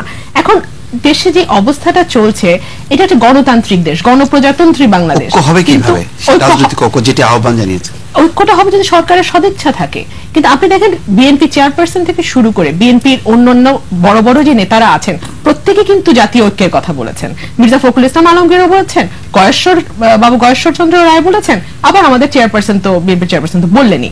কিন্তু এখন উদ্যোগটা তো নিতে হবে সরকারকে, কারণ সরকার আছে ক্ষমতায়, সরকারের দায়িত্ব হচ্ছে দেশে একটি সুশাসন প্রতিষ্ঠা করা। এখন এই সুশাসনটি প্রতিষ্ঠা করবার জন্য যা যা করবার দরকার, সেটা জাতীয় ঐক্য হোক, একসঙ্গে বসে একটি সমাধানের পথ বার করবার হোক, সেটা যাই হোক, সেটা সরকারকেই করতে হবে। এখন আপনি বিরোধী দলকে সম্পূর্ণভাবে নিশ্চিহ্ন করে দিয়ে একটি পুতুল বিরোধী দল বানিয়ে একটি গণতান্ত্রিক দেশে পার্লামেন্ট চালাবার চেষ্টা করবেন, এবং যেই আপনার বিরুদ্ধে, সেটা সংবাদপত্র হতে পারে, সেটা গণমাধ্যম হতে পারে, সেটা কোনো ব্যক্তি বিশেষ হতে পারে, আপনার মতের সঙ্গে যার মত মিলবে না, আপনার কথার সঙ্গে যার কথা মিলবে না, আপনার রাজনৈতিক চিন্তা চেতনা ধারণার সঙ্গে যার রাজনৈতিক চিন্তা চেতনা বা ধারণা মিলবে না, তাকে আপনি যে কোনো মূল্যে যে কোনো উপায়ে স্তব্ধ করে দেওয়ার চেষ্টা করবেন, তখন তো এই ধরনের হামলা হবেই। আপনি যদি পরিসংখ্যান দেখেন, বিএনপির বিরুদ্ধে 21,680টি মামলা এখন পেন্ডিং আছে, 4 লক্ষ আসামি সেখানে। বিএনপি চেয়ারপারসনের বিরুদ্ধে আছে 19টি মামলা। মির্জা ফখরুল ইসলাম আলমগীর উনি একজন পরিচ্ছন্ন রাজনীতিবিদ হিসেবে ওনাকে যারা বিএনপি করেন তারাও মনে করেন, যারা বিএনপি করেন না তারাও কিন্তু ওনাকে একজন পরিচ্ছন্ন রাজনীতিবিদ হিসেবে মনে করেন। এবং উনি হেলথ গ্রাউন্ডে বেইল নিয়ে উনি বিদেশে গেলেন, এবং ওনার কিছু সিরিয়াস শারীরিক সমস্যাও হচ্ছে, যে কারণে ওনাকে প্রতি মাসেই কিন্তু একবার সিঙ্গাপুরে যেতে হয়। এর মধ্যে উনি 16 কেজি ওজনও কমিয়ে ফেলেছে, মানে চলে গেছে ওনার। সেই ওনাকে হেলথ গ্রাউন্ডে যে বেইল অ্যাপেল ডিভিশন দিল, সেই অ্যাপেল ডিভিশনে আবার ওনাকে বলল সারেন্ডার করতে, ওনার বেইলটা ক্যান্সেল হয়ে গেল। এখন দেখেন, বাংলাদেশের ইতিহাসে কোন দলের মহাসচিবকে আমার মনে হয় না যে এই 6 বছরে আওয়ামী লীগ সরকার 331 দিন তাকে জেলে রেখেছে, এবং এটা 6 দফা, এটা তার 7ম দফা চলছে, অর্থাৎ 331-এর পরে আমরা আরো বেশি দিন দেখতে পাবো তাকে জেলে। এবং এখন এমন প্রশ্ন আসে যে উনি জীবিত অবস্থায় জেল থেকে ফিরে আসতে পারবেন কিনা, এটাই এখন আমাদের কাছে একটা বিরাট প্রশ্ন হয়ে দাঁড়িয়েছে। তো যখন আপনি সমস্ত রকমের রাস্তা বন্ধ করে দিবেন মত প্রকাশের, যে মতটি আপনার মতের সঙ্গে মিলছে না, তখন তো এই ধরনের অস্থিরতা হবে, এটাই স্বাভাবিক। ঠিক, যেটাই আমরা বলছিলাম যে বর্তমান যে ঘটনাগুলো ঘটছে, চোরাগুপ্তা হামলা, হত্যা, সেটা তো শুধুমাত্র আইন শৃঙ্খলা জনিত না, একটা স্বাভাবিক আইন শৃঙ্খলার সাথে যুক্ত না, যেটা মঞ্জুল ইসলামও বলেছেন। তো এইটার নিরসনের জন্য যেটা জুনায়েদ সাকিও বললেন, বেগম খালেদা জিয়াও যেটি আহ্বান জানালেন, আসলে কি এটার একটা রাজনৈতিক উদ্যোগ দরকার কিনা? আর রাজনৈতিক উদ্যোগ স্বাভাবিকভাবে নিতে গেলেই একটা রাজনৈতিক ঐক্যের দরকার আছে, এটা সম্পর্কে আপনার মতামত? আমরা যে ধরনের ঘটনা পরিলক্ষিত করছি, এবং 2012 থেকে এটা শুরু হয়েছে, 2015, তার মধ্যে আমাদের জাতীয় নির্বাচন হয়েছে, এই ঘটনাগুলো কিন্তু প্রত্যেকটি একটা ধারাবাহিকতা আছে। আমি তার আরো একটু আগে যেতে চাই। আমি মনে করে দিতে চাই যে কবি শামসুর রহমানের উপরেও কিন্তু হামলা হয়েছিল, আমাদের অধ্যাপক হুমায়ুন আজাদের হত্যার বিচার হয়নি। হ্যাঁ, আমার ছোট ভাই মঞ্জুর সে খুব সুন্দর করে কতগুলো পরিসংখ্যান দিয়েছে যে যেসব ব্লগার থেকে হত্যা করা হয়েছে।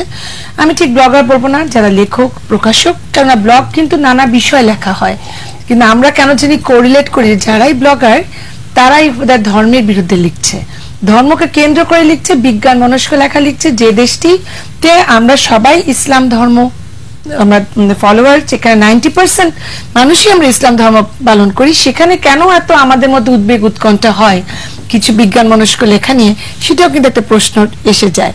এবং যেখানে রহিম খুব সুন্দর করে বলেছে যে ঐক্যটা দরকার, এবং যেহেতু বাস্তবে বিরোধী দলের বেশিরভাগ নেতা বলি, ছোট নেতা বলি, সবাই মোটামুটি জেলখানায় আছেন, কারাগারে আছেন, সেখানে এবং তারা দাবি করছেন যে এই দলটি মুক্তিযুদ্ধের চিন্তা চেতনায় বিশ্বাসী। এবং আমি নিজেও দেখেছি এই স্মারক যে চিঠিটা এসছেন উনি দিয়েছেন গণমাধ্যমে, এবং উনি লন্ডনের থেকে গতকালই বোধহয় টেলিকাস্ট হয়েছে ওনার বেগম মুসিয়ার একটি ইন্টারভিউ, উনি খুব পরিষ্কার করে বলেছেন যে বাংলাদেশ ন্যাশনালিস্ট পার্টি মুক্তিযুদ্ধের চিন্তা চেতনায় বিশ্বাসী, এবং মুক্তিযুদ্ধটা হয়েছিল বৈষম্য নিরসনে। খুবই সুন্দর কথা, এবং আমিও বিশ্বাস করি, আমরা অনেকেই বিশ্বাস করি যে অবশ্যই আওয়ামী লীগের মধ্যে যে সব মুক্তিযোদ্ধারা বসে আছে তা নয়, বিএনপি করে না, আওয়ামী লীগ করে না, এমন লোক তো আছে, এবং তাদের সংখ্যা অনেক বেশি, তারাও কিন্তু মুক্তিযুদ্ধের চিন্তা চেতনায় বিশ্বাসী। আবার বিএনপির মধ্যেও আছে, আওয়ামী লীগের মধ্যেও আছে। কিন্তু একটা বড় বিষয়, যদি আপনি সত্যি বিশ্বাস করেন আবার জাতীয় ঐক্যটাও নিয়ে আসতে চান, তাহলে আপনাকে ফেরত যেতে হবে যে আপনি জামাতের সাথে আপনার সংশ্লিষ্টতা কোন পর্যায়ে থাকবে কি থাকবে না, এই বিষয়টা পরিষ্কার করা প্রয়োজন।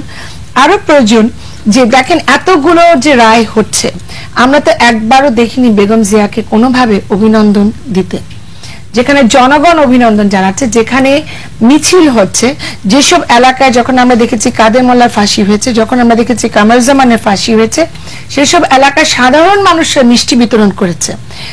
সেসব এলাকায় যারা নারীরা ধর্ষণের শিকার হয়েছে তারা এসে মিডিয়ার সামনে দাঁড়িয়েছে, তাদের কথা বলেছে যে তারা কি কষ্টের মধ্যে তারা এতদিন ধরে বেঁচে আছে এবং এই বিচারটা পাওয়ার পরে তারা আজকে কতটুকু কিছুটা হলো তারা শান্তি পেয়েছে, কিন্তু কেউ তারা স্বামী ফেরত পায়নি, তারা সবাই কিন্তু ধর্ষণের শিকার হয়েছে।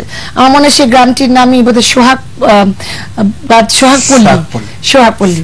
তাহলে বেগম জিয়া কোথায় ছিলেন?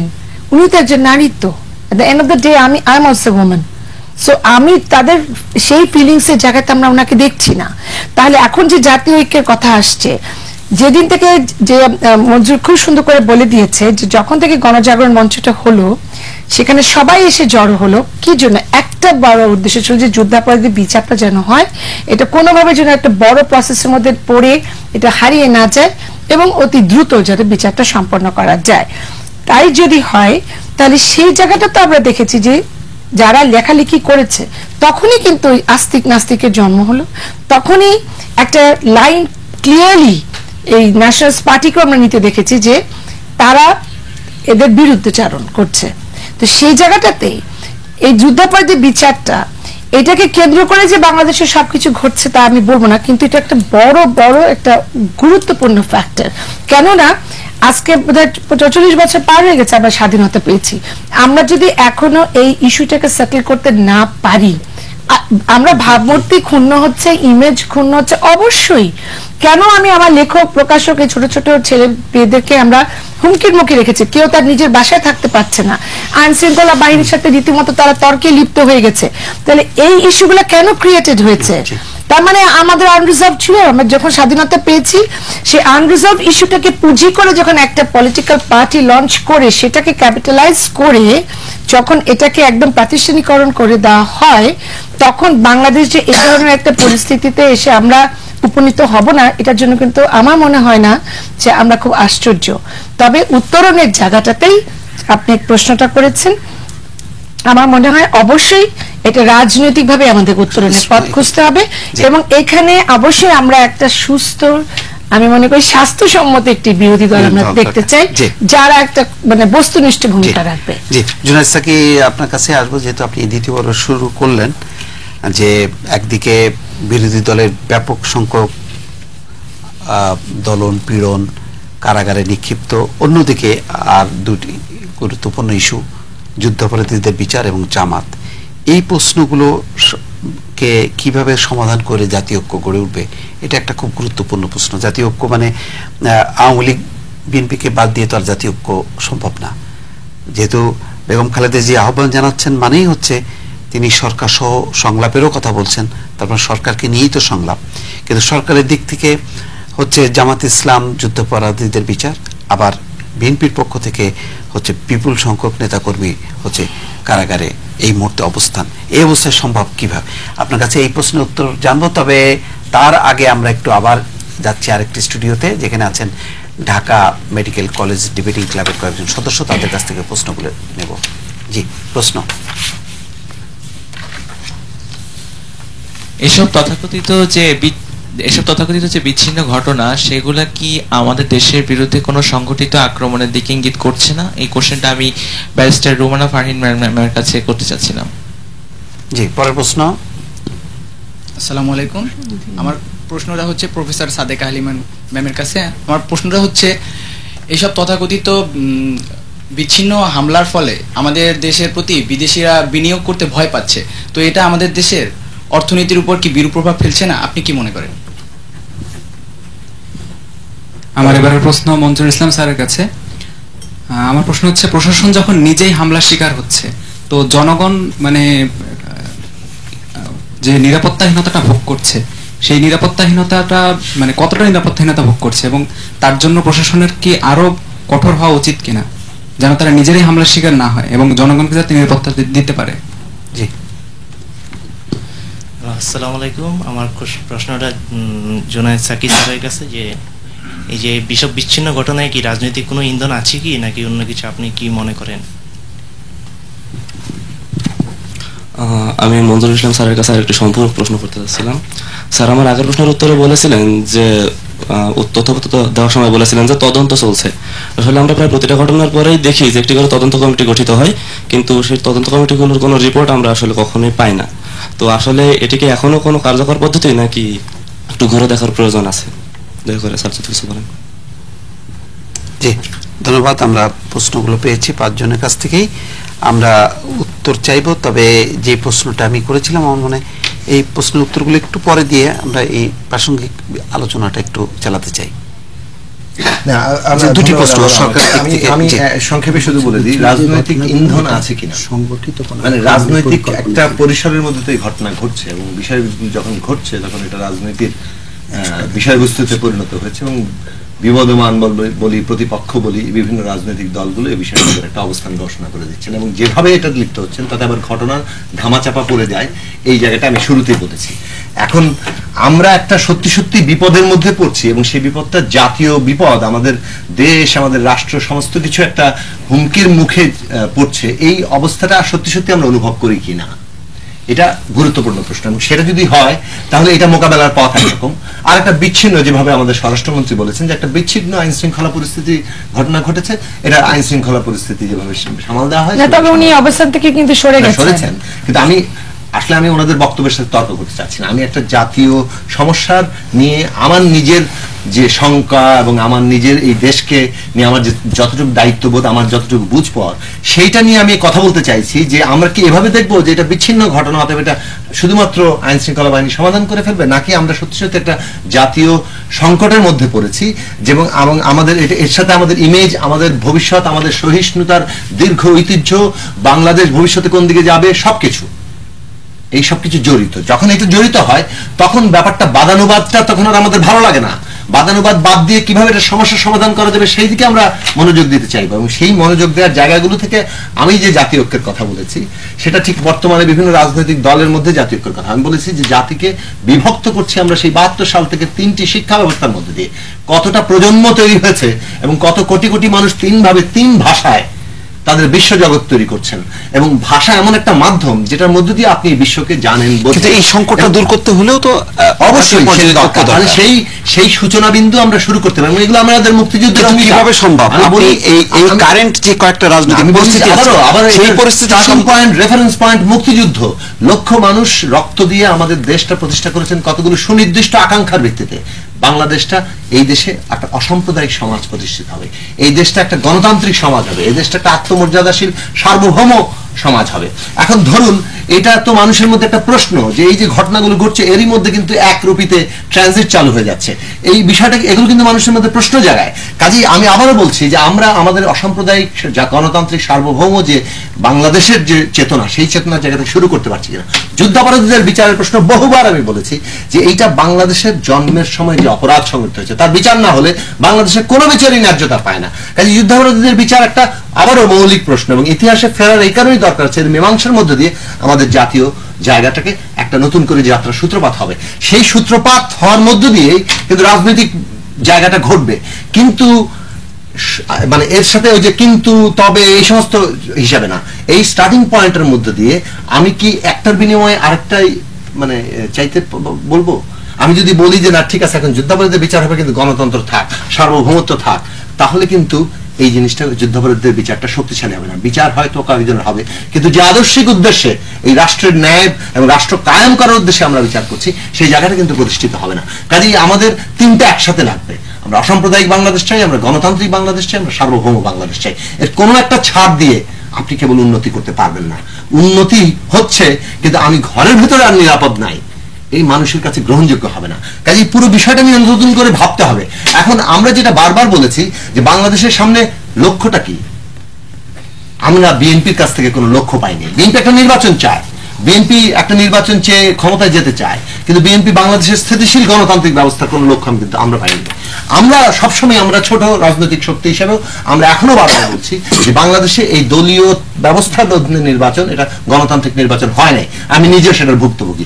দ্বিতীয়ত হচ্ছে যে এখানে আপনার কি বলে যে তত্ত্বাবধায়ক ব্যবস্থা ফেল মেরে গেছে। কাজে এইটা যে এখানে একটা আমাদের এমন একটা ব্যবস্থা লাগবে যে ব্যবস্থাটা আমাদের একটা শান্তিপূর্ণ গণতান্ত্রিক উপায়ে ক্ষমতা হস্তান্তরের ব্যবস্থা করতে পারবে, একটা সুষ্ঠু নির্বাচন করতে পারবে। সেটার জন্য ক্ষমতার কাঠামো যদি স্বৈরতান্ত্রিক রাখে, সব ক্ষমতা যদি একজনের হাতে থাকে আর সবাই যদি খালি হাত তোলা হয়, তাহলে কোনোদিন কোনো কিছু অর্জিত হবে না, কোনো প্রতিষ্ঠান দাঁড়াবে না। সো উই নিড এ গণতান্ত্রিক সংবিধান। 72 সাল থেকে আজকে এসে আমাদের মূল্যায়ন করতে হচ্ছে যে হ্যাঁ আমাদের একটা নতুন রাজনৈতিক লক্ষ্য তৈরি হয়েছে, জাতীয় লক্ষ্য তৈরি হয়েছে।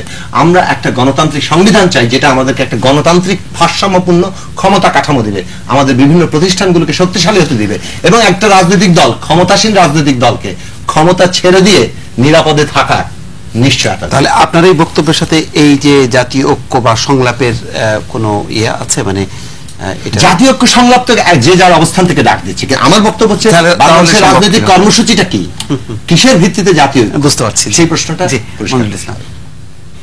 এর অধিকাংশ কথার সাথে আমি একমত, উত্তর দেবো। আমি খালি একটু বলি, একটি চমৎকার কথা বলেছেন সাকিব ভাই যে আমরা অসাম্প্রদায়িক বাংলাদেশ চাই, গণতান্ত্রিক বাংলাদেশ চাই, সার্বভৌম বাংলাদেশ চাই, তিনটি একত্রে চাই।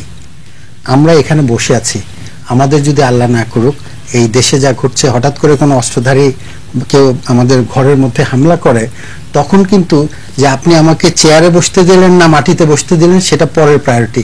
আগে আমাদের হচ্ছে নিজের জীবন রক্ষার কাজ করা দরকার। সেখানে দৌড়ে কে আগে গেল, আর প্রোটোকল অনুযায়ী আপনি সিনিয়র, আপনার আগে আমি গেলাম কেন, সেই তর্ক করাটা বোধহয় একটু অসংযত হবে, অসংলগ্ন হবে। আমি যদি তিনটাকে প্রায়োরিটি ধরি, আমি একেবারে পুরোপুরি একমত। বাংলাদেশের মানুষের কাছে এই মুহূর্তে তিনটি পাওনা জিনিস, তিনটি আলোচ্য বিষয়। অসাম্প্রদায়িক বাংলাদেশ, কারণ অসাম্প্রদায়িকতার কারণেই যত গন্ডগোল হচ্ছে, গণতন্ত্রের কারণে রাজনৈতিক, আমরা সকলেই বলছি রাজনৈতিক সংকট, গণতান্ত্রিক চাই। আরেকটি সার্বভৌম, আমাদের সার্বভৌমত্ব হুমকির মধ্যে। আমাদের রাষ্ট্রের বিরুদ্ধে যুদ্ধ ঘোষণা করা হচ্ছে, আমাদের রাষ্ট্রকে, আমাদের অগ্রগতিকে, নিম্ন মধ্যমার দেশে সকল সূচকে বাংলাদেশ যখন এগিয়ে যাচ্ছে, বাংলাদেশকে টেনে হেঁচড়ে নিচে নামিয়ে আরেকটি পাকিস্তান বানানোর যখন ষড়যন্ত্র চলছে, সেই সময় আমাকে আগে সার্বভৌমত্ব রক্ষা করতে হবে, সার্বভৌমত্বের জন্য ঐক্যবদ্ধ হবে। সেই ঐক্যের সূচনা হচ্ছে, ভিত্তি হচ্ছে যেটা উনি বললেন, মুক্তিযুদ্ধ। আমি যদি মুক্তিযুদ্ধের সেই লক্ষ্যটাকে আমি ঠিক রাখি, তাহলে কিন্তু আমরা ইউনাইটেড হব। তখন বোঝা যাবে যে সার্বভৌমত্ব কে রাখতে চায় আর সার্বভৌমত্ব কে নষ্ট করতে চায়, কথা পরিষ্কার। তারপরে আমি যখন ঘরে বসাটা নিশ্চিত হলাম আমার ঘরটা নিরাপদ, তখন আমি ঠিক করব প্রোটোকল অনুযায়ী প্রফেসর সাহেব ভালো চেয়ারে বসবে, আমি সাধারণ মানুষ খারাপ চেয়ারে বসবো, বা আইনজীবীকে আমি বড় চেয়ার দেবো কিনা। আমরা যখন আমাদের ঘর হামলার সম্মুখীন, আমি কোন চেয়ারে বসবো, এই আলোচনা আমার মনে হয় প্রায়োরিটির দিক থেকে আমরা তাহলে প্রায়োরিটি ঠিক করতে পারছি না। এক, দ্বিতীয়ত হচ্ছে আরেকটি বিষয় আমরা এর আগে বলেছি যে হ্যাঁ, আমি কিন্তু একেবারে আন্তরিকভাবে বাংলাদেশের সকল মানুষ যেমন ঐক্য চায়, আমি ঐক্য চাই, এবং বেগম খালেদা জিয়ার এই আহ্বান কিন্তু আমাদের মধ্যে আশার সঞ্চার করে। কিন্তু দুঃখজনক হলো ওনারা তখন আহ্বান জানান জাতীয় ঐক্যের, যখন ওনাদের দেয়াল পিঠে থাকে না, পিঠের ভেতরে ঢুকে যায়, যখন ওনাদের সকল আয়োজন ব্যর্থ হয়ে আর কিছু করবার থাকে না, তখন ওনার ঐক্যের আহ্বান জানান। তাতেও আমি খারাপ মনে করি না, কারণ শেখ হাসিনা কিন্তু এই সংলাপের আহ্বান জানিয়েছিলেন 2013 সালে নির্বাচনের আগে, যে তত্ত্বাবধায়ক সরকার যেহেতু নয়, উনি বলেছেন তত্ত্বাবধায়ক সরকার বাতিলের থেকে সংকটের সূচনা, সেই তত্ত্বাবধায়ককে সংকটে ফেলেছেন তো বিএনপি। ইয়াজউদ্দিন সাহেবের কথা আমাদের সকলের মনে আছে, সেই বিতর্কে আমি যেতে চাই না। শেখ হাসিনা তখন আহ্বান জানিয়েছিলেন, আরো একবার আপনার আমাদের সকলের মনে আছে, হেফাজতের যখন ঢাকা তেহরিকে স্কোয়ার বানাতে আসছিল, তার আগে কিন্তু 28 এপ্রিল মাসে তিনি কিন্তু আহ্বান জানিয়েছিলেন যে আপনারা আসেন, আমরা বসে সংকটের সমাধান করি। তিনি বলেছিলেন 48 ঘন্টার বেশি সময় তৎকালীন শেখ হাসিনা সরকারকে দেয়া হবে না। তখন আবার কিন্তু এই হেফাজতের উপর ভরসা করে, জঙ্গিবাদী মৌলবাদীদের উপর ভরসা করে তারা ভাবছিলেন রাষ্ট্র ক্ষমতা যাবেন। ফলে আমাদেরকে ক্ষমতাটা না, আমাদেরকে জাতীয় নীতিটা, মুক্তিযুদ্ধটা, এটা যদি স্থির আমরা দেখতে পাই, তাহলে কিন্তু আমরা জনগণ সকলের পিছিয়ে যেতে রাজি আছি। বিএনপির ব্যাপারে আমি জামাতের সাথে তারা রাজনৈতিক মোর্চা করেছেন, এই ব্যাপারে আমি পরিষ্কার, কারণ জামাতের ভাগ্য কিন্তু ইতিমধ্যে আদালত নির্ধারণ করে দিয়েছেন, বলেছেন আন্তর্জাতিক অপরাধ ট্রাইব্যুনাল তারা একটা আন্তর্জাতিক জঙ্গি সংগঠনের মতো। এটা মার্কিন যুক্তরাষ্ট্রের তথ্যই বলেছে, আমাদের অপরাধ ট্রাইব্যুনালে বলেছে। তাদের সাথে কি করবেন এটা নিশ্চয়ই তারা সিদ্ধান্ত নেবেন। আমার নাগরিক হিসেবে বেদনার জায়গা হচ্ছে বিএনপির স্থায়ী কমিটির সদস্য যিনি যুদ্ধাপরাধের দায়ে সর্বোচ্চ আদালত থেকে ফাঁসির রায় নিয়ে রিভিউর অপেক্ষায় আছেন, আজকে পর্যন্ত বিএনপি তার বিরুদ্ধে ব্যবস্থা নিল না। তার সাধারণ সদস্য পদটি পর্যন্ত দূরের কথা, তিনি বিএনপি স্থায়ী কমিটির সদস্য। সেই বিএনপির কাছ থেকে আমি কি করে আশা করব যুদ্ধাপরাধীদের বিচারের ব্যাপারে? আজকে গত কদিন আগে তো মাননীয় পররাষ্ট্র প্রতিমন্ত্রী বলেছেন যে বিএনপি লবিং ফার্ম নিয়োগ করেছেন, যেটা মধ্যপ্রাচ্য থেকে আমাদের উন্নত বিশ্বে তারা প্রচারণা চালাবেন। 40,000 মার্কিন ডলার প্রতি মাসে দেওয়া হবে। তার 4টি এজেন্ডা। প্রধান এজেন্ডা হচ্ছে যুদ্ধাপরাধীদের বিচার বন্ধ করা, দ্বিতীয় এজেন্ডা দেশে গণতান্ত্রিক সরকার প্রতিষ্ঠা করা, তৃতীয় হচ্ছে বাংলাদেশের ব্যবসা বাণিজ্য ভালো করা, চতুর্থ হচ্ছে বাংলাদেশের মানবাধিকার নিশ্চিত করা। তার মানে কি এজেন্ডার জায়গাটা ওই যে আমরা যে আলোচনা করছি ঘুরে ফিরে হচ্ছে যুদ্ধাপরাধীদের বিচার প্রথম লক্ষ্য, যাদের মূল লক্ষ্য হচ্ছে বাংলাদেশের সার্বভৌমত্বের বিরুদ্ধে। এখন প্রশ্নে জবাবে আমি সরাসরি চলে আসি। একজন ভাই চমৎকার করে বলেছেন প্রশাসন যখন নিজে হামলার শিকার তখন জনগণ কতটা নিরাপত্তাহীন। অবশ্যই আমরা মানে ওই যে বিচারপতির বিচার করবে কি বলি, যাদেরকে আমরা নিরাপত্তার দায়িত্ব দিলাম সেই যখন আক্রান্ত হয় তখন তো সাধারণ নাগরিকদের ভয় পাওয়ার কথা। তিনি আরেকটি কথা বলেছেন, তখন কি প্রশাসনের কঠোর হওয়া দরকার কিনা। ইতিমধ্যে কিন্তু আমরা আবার এর সমালোচনা করি। র্যাবের মহাপরিচালক যখন বলেন যে এখন থেকে আমরা তাদেরকে শুট করার মানে অস্ত্র চালানোর অধিকার দিলাম, আমাদের আইনে কিন্তু পুলিশ চাইলেই গুলি ছুটতে পারতো না, একজন ম্যাজিস্ট্রেটের দরকার ছিল। কিন্তু এই আক্রান্ত হতে পারে কি না পারে এটার মধ্যে কিন্তু অনেক তর্কের ব্যাপার। কিন্তু তারপরে এখন যে পরিস্থিতি, আমরা কিন্তু চাই যে একটি নিরপরাধ প্রাণও যেন মৃত্যু মুখে পতিত না হয়, সেটা পুলিশই হোক, সেটা ব্লগারই হোক, সেটা সাধারণ নাগরিক হোক। এই জায়গাটা আমি মনে করি ওনার সাথে একমত যে পুলিশের কঠোর হওয়াটা বলতে আমি কেবলমাত্র গুলি করা না, কঠোর হওয়া বলতে গেলে আমি আইনের যথার্থ প্রয়োগ, অপরাধীকে অপরাধ ঘটানোর আগেই সক্রিয় হয়ে তাকে চিহ্নিত করা, তাকে আইনের আওতায় আনা। সার্বিকভাবে আমি মনে করি আমাদের কিন্তু রাষ্ট্রীয়ভাবে বর্তমান সরকার ফেইলিয়র অনেক কাজ করছেন, এইটা যেমন আমি একমত, কিন্তু জুনায়েদ ভাই ওইটার সাথে আমি একমত। আমরা জনগণ চাই এই বিষয়টা নিয়ে রাষ্ট্র কেন্দ্রীয়ভাবে তারা বসছেন, মন্ত্রী পরিষদ বসে বিষয়টা নিয়ে কাজ করছে, বিশেষ সমন্বিত কোনো পরিকল্পনা সামনে আসছে কিনা এইরকম কোনো উদ্যোগ কিন্তু আমরা দেখি নাই। অর্থাৎ আমি অন্ধ হলে তো প্রলয় বন্ধ হবে না। আমরা যদি স্বরাষ্ট্রমন্ত্রী কথা বলে থাকি বিচ্ছিন্ন বা উনি উইথড্র করেন, তিনি মনে করেন এটা স্বাভাবিক আইন শৃঙ্খলা পরিস্থিতি অবনতি না বলে আমাদের বিপদটা ছোট, তাহলে কিন্তু এই হামলাকারী যারা তারা মনে করবে তুমি যতক্ষণ বড় না মনে করো ততক্ষণ আমি হামলা চালিয়ে যাব। তাদেরকে কিন্তু আমাদের রাষ্ট্র থেকে পরিষ্কার মেসেজ দিতে হবে যে রাষ্ট্র তোমাদের বিরুদ্ধে সোচ্চার, জনগণ তো পক্ষে আছেই, ফলে তোমাদের কোনো মুক্তি নাই। তখন কিন্তু তারা একটু হয়তো নরম হবে। আরেকটি প্রশ্ন হচ্ছে তদন্ত হয় রিপোর্ট পায় না, এখনো এমনটি হবে কিনা।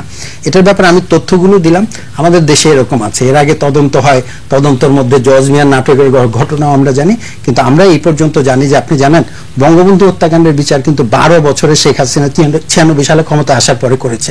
অর্থাৎ আইনের স্বাভাবিক গতিতে প্রতিটি প্রক্রিয়া, যেটি ব্যারিস্টার রুমিন ফারহানা এর আগে বললেন যে আইনের শাসনের কিন্তু একটু সময় দিতে হয়, সেটা করেছেন। যুদ্ধাপরাধীদের বিচারের ব্যাপারে কিন্তু আজকে 6.5 বছরেও সম্পূর্ণ প্রক্রিয়া, সকল প্রক্রিয়া নিষ্পন্ন করে স্বচ্ছ আন্তর্জাতিক মানের সকলের গ্রহণযোগ্য, রাজাকার আলবদরদের গ্রহণযোগ্য, আমাদের বুদ্ধিজীবীদের গ্রহণযোগ্য করে কিন্তু এই বিচার প্রক্রিয়া নিষ্পন্ন করা হচ্ছে। এই তদন্ত আমরা চাই না নিরপরাধ কাউকে এনে জজ মিয়ার নাটক ঘটানো। এটা কিন্তু সকল রাজনৈতিক দলের নেতৃত্বরা বলছে, নেতা নেত্রীরা, এবং আমরা বুদ্ধিজীবী যারা তাদের কাছ থেকে আমরা শুনি। ফলে আমি মনে করি যে হ্যাঁ, এই জায়গায় তদন্তের যে বিষয়গুলো সরকারের একটু জনগণের কাছে আরেকটু জবাবদিহিতা করা দরকার। একেবারে আমি মনে করি যে ব্রিফিং এ আমাদের পুলিশের মুখপাত্র কখনো হেসে হেসে আমরা ধরার চেষ্টা করেছি, ধরছি, সফল হয়েছি, বিচ্ছিন্ন, এইসব না বলে জনগণ পরিষ্কার জানতে চায় যে আমাদের 60টি ব্লগার হত্যাকাণ্ডে, 6টি হত্যাকাণ্ডে এই অগ্রগতি, যে রিপোর্টগুলো আমাদের কাছে পরিষ্কার করে আমাদের উইকলি বা মান্থলি রিপোর্ট দেখ, আমাদের এই কজন পীর মাসায়েক হত্যাকাণ্ড হয়েছে, এতজনে এই ঘটনা এই পর্যায়ে আছে। অর্থাৎ আমরা একটি পরিষ্কার প্রোগ্রেস রিপোর্টের মতো করে রিপোর্ট আমরা দেখতে চাই। এর ফলে কিন্তু জনগণ খালি নিশ্চিন্ত হবে, ভরসা পাবে সেটা না, অপরাধী যারা তারাও জানবে যে এরা সক্রিয়, আইন শৃঙ্খলা রক্ষাকারী বাহিনী সক্রিয়, তাদের সকল সীমাবদ্ধতার মধ্যে তারা যে আন্তরিক এই ব্যাপারে। আর শেষ কথা আমি এইটুকু বলবো, আমাদের মনে করবার কোনো কারণ নাই 45 বছরের বাংলাদেশে, যেটা আমি আগে বলেছি 30 বছর কিন্তু যারা ক্ষমতায় ছিল এর মধ্যে যে জঙ্গি সমর্থক, অনেক সময় ধর্মান্ধদের সমর্থক, এরকম নাই। সর্ষের মধ্যে ভূত নাই এ কথা বলবো না, কারণ আমাদের চোখের সামনে দিয়ে যখন আবুল কালাম আজাদের মতো যুদ্ধাপরাধী বের হয়ে পেরিয়ে মানে পালিয়ে যায়, যখন ত্রিশাল থেকে 3 জনকে পুলিশকে হত্যা করে, পুলিশকে হামলা করে বেরিয়ে যায়, আজকে পর্যন্ত আমরা তার খোঁজ পাই না। এখানে কিন্তু মনে করবার কারণ নাই যে আমার পুরো পুলিশ প্রশাসন, পুরো সামরিক বেসামরিক প্রশাসন গণতন্ত্রের পক্ষে, মুক্তিযুদ্ধের চেতনার পক্ষে, বাঙালি চেতনার পক্ষে, বাঙালি সংস্কৃতির পক্ষে।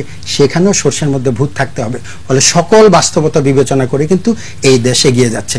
শেষ ভরসার জায়গা হচ্ছে বাংলাদেশের জনগণ অসাম্প্রদায়িক, বাংলাদেশের জনগণ ধর্ম পালন করে কিন্তু ধর্মান্ধ না। এবং আইন শৃঙ্খলা রক্ষাকারী বাহিনী, তাদেরকে যদি আমরা সাহস যোগাই, এই আইন শৃঙ্খলা রক্ষাকারী বাহিনী কিন্তু অনেক বড় বড় সন্ত্রাস, জঙ্গিবাদী তৎপরতা নিষ্ক্রিয় করেছে। তারাও ভবিষ্যতে নিশ্চয়ই নিষ্ক্রিয়। কিন্তু আইন শৃঙ্খলা বাহিনীকে সাহস যোগানো, তাদেরকে আরো উৎসাহিত করা, তাদেরকে এগিয়ে নিয়ে যাওয়ার ক্ষেত্রে ওই তো আবার ঘুরে ফিরে সেই রাজনৈতিক প্রশ্ন, সেই রাজনৈতিক প্রশ্নেই তো বিভাজন যে আলোচনাটা করছে রুমিন। জি, আমি আমার সেই অসাধ্য সাধন করবে, অর্থাৎ বিড়ালের গলায় ঘন্টা বাদ রেখে। সেটাই এখন আমার কাছে যে প্রশ্নটা এসছে, আমি ফিরোজ ভাই ওটা দিয়ে শুরু করি। বলছিল যে বিচ্ছিন্ন ঘটনাগুলো কি কোনো সংগঠিত বড় আক্রমণের পরিকল্পনা কিনা। এখন দেখুন, যখন ব্লগার হত্যা শুরু হলো, আমরা অনেকেই ভাবলাম আমি তো ব্লগে লিখি না, সুতরাং আমি নিরাপদ। তারপরে যখন পুলিশ হত্যা শুরু হলো বা আইন শৃঙ্খলা রক্ষাকারী বাহিনীর উপর আক্রমণ আসলো, আমাদের আরেকটি মহল ভাবলাম আমি তো তার সঙ্গে জড়িত নই, সুতরাং আমি নিরাপদ। তারপরে যখন যারা ধর্মের সঙ্গে জড়িত তাদের উপরে হামলা আসলো, ভাবলাম যে আমরা তো ওগুলোর সাথে জড়িত নই। কিন্তু যখন আমার উপর হামলা আসবে, তখন দেখা যাবে আর একটি লোকও কিন্তু অবশিষ্ট নেই। অর্থাৎ আমাদের পরিস্থিতিটা খুব খারাপ দিকে যাচ্ছে এবং এটাকে আমার মনে হয় খুব সিরিয়াসলি অ্যাড্রেস করা উচিত। মুক্তিযুদ্ধটা যে কারণে হয়েছিল, যে ঐক্যের কারণে হয়েছিল, যে একটি অসাম্প্রদায়িক বাংলাদেশ, একটি জাতীয়তাবাদের চেতনার উজ্জীবিত বাংলাদেশ, গণতান্ত্রিক বাংলাদেশ। কিন্তু দুর্ভাগ্যজনক হলো সত্য যে এই মুক্তিযুদ্ধের চেতনা দিয়ে কিন্তু আজকে জাতিকে চরমভাবে বিভক্ত করে ফেলা হয়েছে। অসাম্প্রদায়িকতা, ধর্মনিরপেক্ষতা একদিকে, ধর্ম আরেকদিকে, এইভাবে একটি জাতিকে চরমভাবে বিভক্ত করে ফেলা হয়েছে। বলা হয়েছে আগে উন্নয়ন পরে গণতন্ত্র, বলা হয়েছে বেশি উন্নয়ন কম গণতন্ত্র। কিন্তু এই উন্নয়ন আগে পরে গণতন্ত্র দিয়ে বিশ্বে মাত্র 2টি বা 3টি দেশ হয়তো সত্যি সত্যি উন্নতি করতে পেরেছে। কিন্তু এই 2-3টি দেশকে ফলো করতে গিয়ে গত 50 বছরে প্রায় 100খানেক দেশ ডুবে গেছে। এর মধ্যে পাকিস্তান আছে, এর মধ্যে আফগানিস্তান আছে, এর মধ্যে সিরিয়া আছে, এর মধ্যে রুয়ান্ডা আছে, এর মধ্যে আমি আরো অনেকগুলো দেশের নাম বলতে পারি। কিন্তু আমার ভয় হয় যে এর মধ্যে কি বাংলাদেশও আস্তে আস্তে জড়িয়ে যেতে পারে, এই তালিকায় কি বাংলাদেশের নামও অন্তর্ভুক্ত হয়ে যেতে পারে। কারণ দেখুন, এক একটি ঘটনা ঘটছে, ঘটনা ঘটবার 24 ঘন্টার মধ্যে কিন্তু আইএস তার দায়িত্ব স্বীকার করে নিচ্ছে। অথচ আমাদের সরকারি মহল থেকে আমরা প্রথম থেকে পরিষ্কার ভাষায় বলতে শুনছি দেশে কোনো আইএস নাই। দেশে আইএস আছে কি আইএস নাই সেটা তদন্ত করে দেখতে অসুবিধাটা কোথায়? যদি সত্যি আপনার ঘরে সাপ ঢোকে, আপনি চোখ বন্ধ করে রাখলেই কি তার ছোবল থেকে রক্ষা পাবেন? তা তো পাবেন না। কিন্তু অতীতে আমরা দেখেছি আইএস নামে বহু মানুষকে কিন্তু গ্রেফতার করা হয়েছে। এই বছরই 19শে জানুয়ারি আইএস সন্দেহে 4 জনকে গ্রেফতার করা হয়েছে। এই বছরই 2রা জুলাই 12 জনকে গ্রেফতার করা হয়েছে। তো এখন তারা কোথায় আছে? তারা তো আছে পুলিশ হেফাজতে। তারা কি সন্দেহভাজন? তাহলে তারা বলুক কোন আইনে তাদেরকে গ্রেফতার করা হয়েছে, তাদের বর্তমান স্ট্যাটাসটা কি। আমরা দেখেছি এর আগে গালিব বলে আরেকজনকে আইএস এর সমন্বয়কারী হিসেবে গ্রেফতার করা হয়েছে। আমরা দেখেছি রহমানিকে আল কায়দার সমন্বয়কারী হিসেবে গ্রেফতার করা হয়েছে। আপনারা জানেন যে আইএস এর একটি মাসিক পত্রিকা বের হয় দাবিক, সেই দাবিক পত্রিকাটা কিন্তু বাংলায় অনুবাদ হয়। ঠিক তেমনি আল কায়দার বের হয় ইন্সপায়ার, সেটাও বাংলায় অনুবাদ হয়। তো আসলে এই জিনিসগুলো বাংলায় অনুবাদ হচ্ছে কখন, কারা করছে?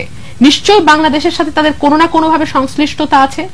এই বছরই 26শে অক্টোবর গোয়েন্দা সংস্থা স্বীকার করেছে যে বাংলাদেশে একজন কানাডিয়ান, বাংলাদেশি বংশোদ্ভূত একজন কানাডিয়ান আইএস এর সমন্বয়কারী হিসেবে কাজ করছে।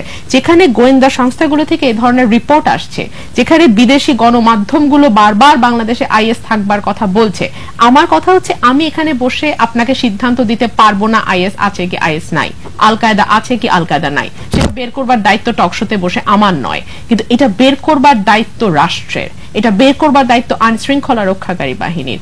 আমার কথা হচ্ছে যদি একটা ঘটনা ঘটবার সাথে সাথে আপনি মনে করেন যে এখান থেকে আপনি বিরোধী দলকে একটা চাপে ফেলে কিছু রাজনৈতিক ফায়দা নিতে পারবেন, হ্যাঁ পারবেন। হয়তো একটা ঘটনা, 2টো ঘটনা, 3টা ঘটনায় পারবেন। কিন্তু এর ফলে অপরাধীরা উৎসাহিত হয়ে, সত্যিকারের যারা অপরাধ করছে সেই জঙ্গিরা উৎসাহিত হয়ে যখন ব্যাপক হারে নাশকতা চালাবে, তখন নিশ্চয়ই একটি বড় ধরনের আক্রমণের আশঙ্কা আমরা করছি। এবং এটা করছি বলেই আপনি দেখেন বিমানবন্দরগুলোতে কিন্তু নিরাপত্তা বাড়ানো হয়েছে, বিজিবি থেকে ডগ স্কোয়াড আনা হয়েছে। কেন হয়েছে? কারণ একটা বড় ধরনের হামলার আশঙ্কা বাংলাদেশ করছে। আপনি দেখেন বিমানবন্দরের সঙ্গে সঙ্গে 68টা জেলখানা আছে বাংলাদেশে, সেই 68টা জেলখানায় উচ্চমাত্রার নিরাপত্তা জোরদার করা হয়েছে। এর কারণগুলো কি? কারণগুলো হচ্ছে সরকার নিজেও জানে যে এই একটা দুটো তিনটা 10টা ঘটনা ব্যবহার করে আপাত দৃষ্টিতে যদিও বা বিরোধী দলকে দমন করে যে কয়জন বাইরে আছে তাদেরকে ভিতরে ঢুকিয়ে কিছুটা রাজনৈতিক ফায়দা তারা নিতে পারে, কিন্তু আলটিমেটলি কিন্তু ওই বড় বিপর্যয়ের মুখোমুখি এই সরকারকে হতেই হবে। এবং এই কথাটা, এই যে এই ধরনের হামলাগুলো হবে, এই ধরনের ঘটনাগুলো ঘটতে পারে, এই ধরনের উগ্রপন্থী মাথাচাড়া দিয়ে উঠতে পারে, বা যারা আন্ডারগ্রাউন্ড পলিটিক্স করে তারা উঠতে পারে, সেটা কিন্তু এই বছরের শুরু থেকে বারবার বলে এসেছিলাম। যখন বিরোধী দলকে, প্রধান বিরোধী দলকে, বিরোধী মতকে কোনোভাবেই প্রকাশ করতে দেওয়া হচ্ছিল না, তখন বলেছিলাম যে এই ধরনের জঙ্গি উৎসাহিত হবে, এবং তাই হয়েছে। তো সুতরাং আপনি অন্ধ হলে তো আর প্রলয় বন্ধ হবে না, মঞ্জু ভাইয়ের কথা সূত্র ধরেই বলছি। এখনো সময় আছে, face the reality, face the fact. যেটা সত্য সেটাকে সত্যভাবেই আপনি প্রকাশ করুন। এটা প্রকাশে তো কোনো বাধা নেই। আমার একটি অসুখ হয়েছে বলে আমি চিকিৎসা করাবো না তা তো নয়। ফেস দ্য ডক্টর, যা হয়েছে সেটাকে সেভাবেই ফেস করুন। ধন্যবাদ। আমরা আপনার কাছে আসার আগে আমরা আমাদের শ্রদ্ধেয় শিক্ষক আবুল কাশেম ফজলুল হকের আরেকটি বক্তব্য আছে, অংশ বিশেষ আমরা একটু দেখতে চাই। দীপন তো কোনো ব্লগার ছিল না, কেউ প্রমাণ করতে পারবে জীবন ব্লগে কিছু লিখেছে? কিন্তু একটা পত্রিকা যেমন যুগান্তর লিখছে ব্লগার দীপন নিহত, যে সাংবাদিক লিখেছেন ভুল লিখেছেন, তার উচিত ছিল সন্ধান করে সত্য নির্ণয় করে লেখা। কারণ পত্রিকা এবং ইলেকট্রনিক মিডিয়া অনেক কথা লিখে মানুষের সীমাহীন ক্ষতি করে ফেলে, ভুলক্রমে হোক, অসতর্কতাবশত হোক, অথবা কোনো মতলব নিয়ে হোক। এইগুলো সম্পর্কে আমাদের সচেতনতা দরকার। আপনারা সকলেই যদি মুখে মুখেও কথা বলেন, অনুচিত বিষয়টা বোঝাবার চেষ্টা করেন, তাহলে ফল হবে। না জেনে না শুনে একটা কিছু লিখে ফেলা। আপা, এটার প্রেক্ষিতে আপনি মতামত দিতে পারেন, তবে আমাদের যে মূল আলোচনা এই পর্বের ছিল, আপনি শেষ বক্তা এখন। সেই বিষয়টি হচ্ছে যে, জি আমার মনে অনেকক্ষণ তো বললাম, আমার মনে আমি সবচেয়ে কম বলেছি আজকে, অসুবিধা নেই, আপনারা বলেন। সেটাই, মানে এই সংকটটা যে পর্যায়ে আর কি আমরা মানে সব মিলিয়ে যে মানে ক্লোজ করা, অন্তত এই সংকট মুহূর্তে, এটা তো ব্যারিস্টার রুমিন ফারহান ঠিকই বলেছেন যে আসলে অসুখ হয়েছে, এটা ঢেকে রাখার কোনো উপায় নেই, এটা ডাক্তারকে দেখাতেই হবে। এখন ডাক্তার তো হচ্ছে রাজনৈতিক দলগুলো, বিশেষ করে জুনায়েদ সাকি, তার আন্তরিকতা আছে, তার একটা ছোট দল আছে, এরকম অনেক ছোট ছোট দল আছে, ছোট বড় দল আছে, কিন্তু যারা ক্ষমতার অংশীদার, যে আওয়ামী লীগ বিএনপি, তারা যদি রিয়েলিটিটা না বোঝে, তাহলে আমরা যতই টকশো করি, যতই চিৎকার চেঁচামেচি করি, শেষ পর্যন্ত তো সেই পরিস্থিতি যে তিমিরে আমরা ছিলাম সেই তিমিরেই থাকবো। আমি জাস্ট কয়েকটা পয়েন্টে কথা বলবো, কারণ একদম শেষ অংশে এসে গেছি আমরা।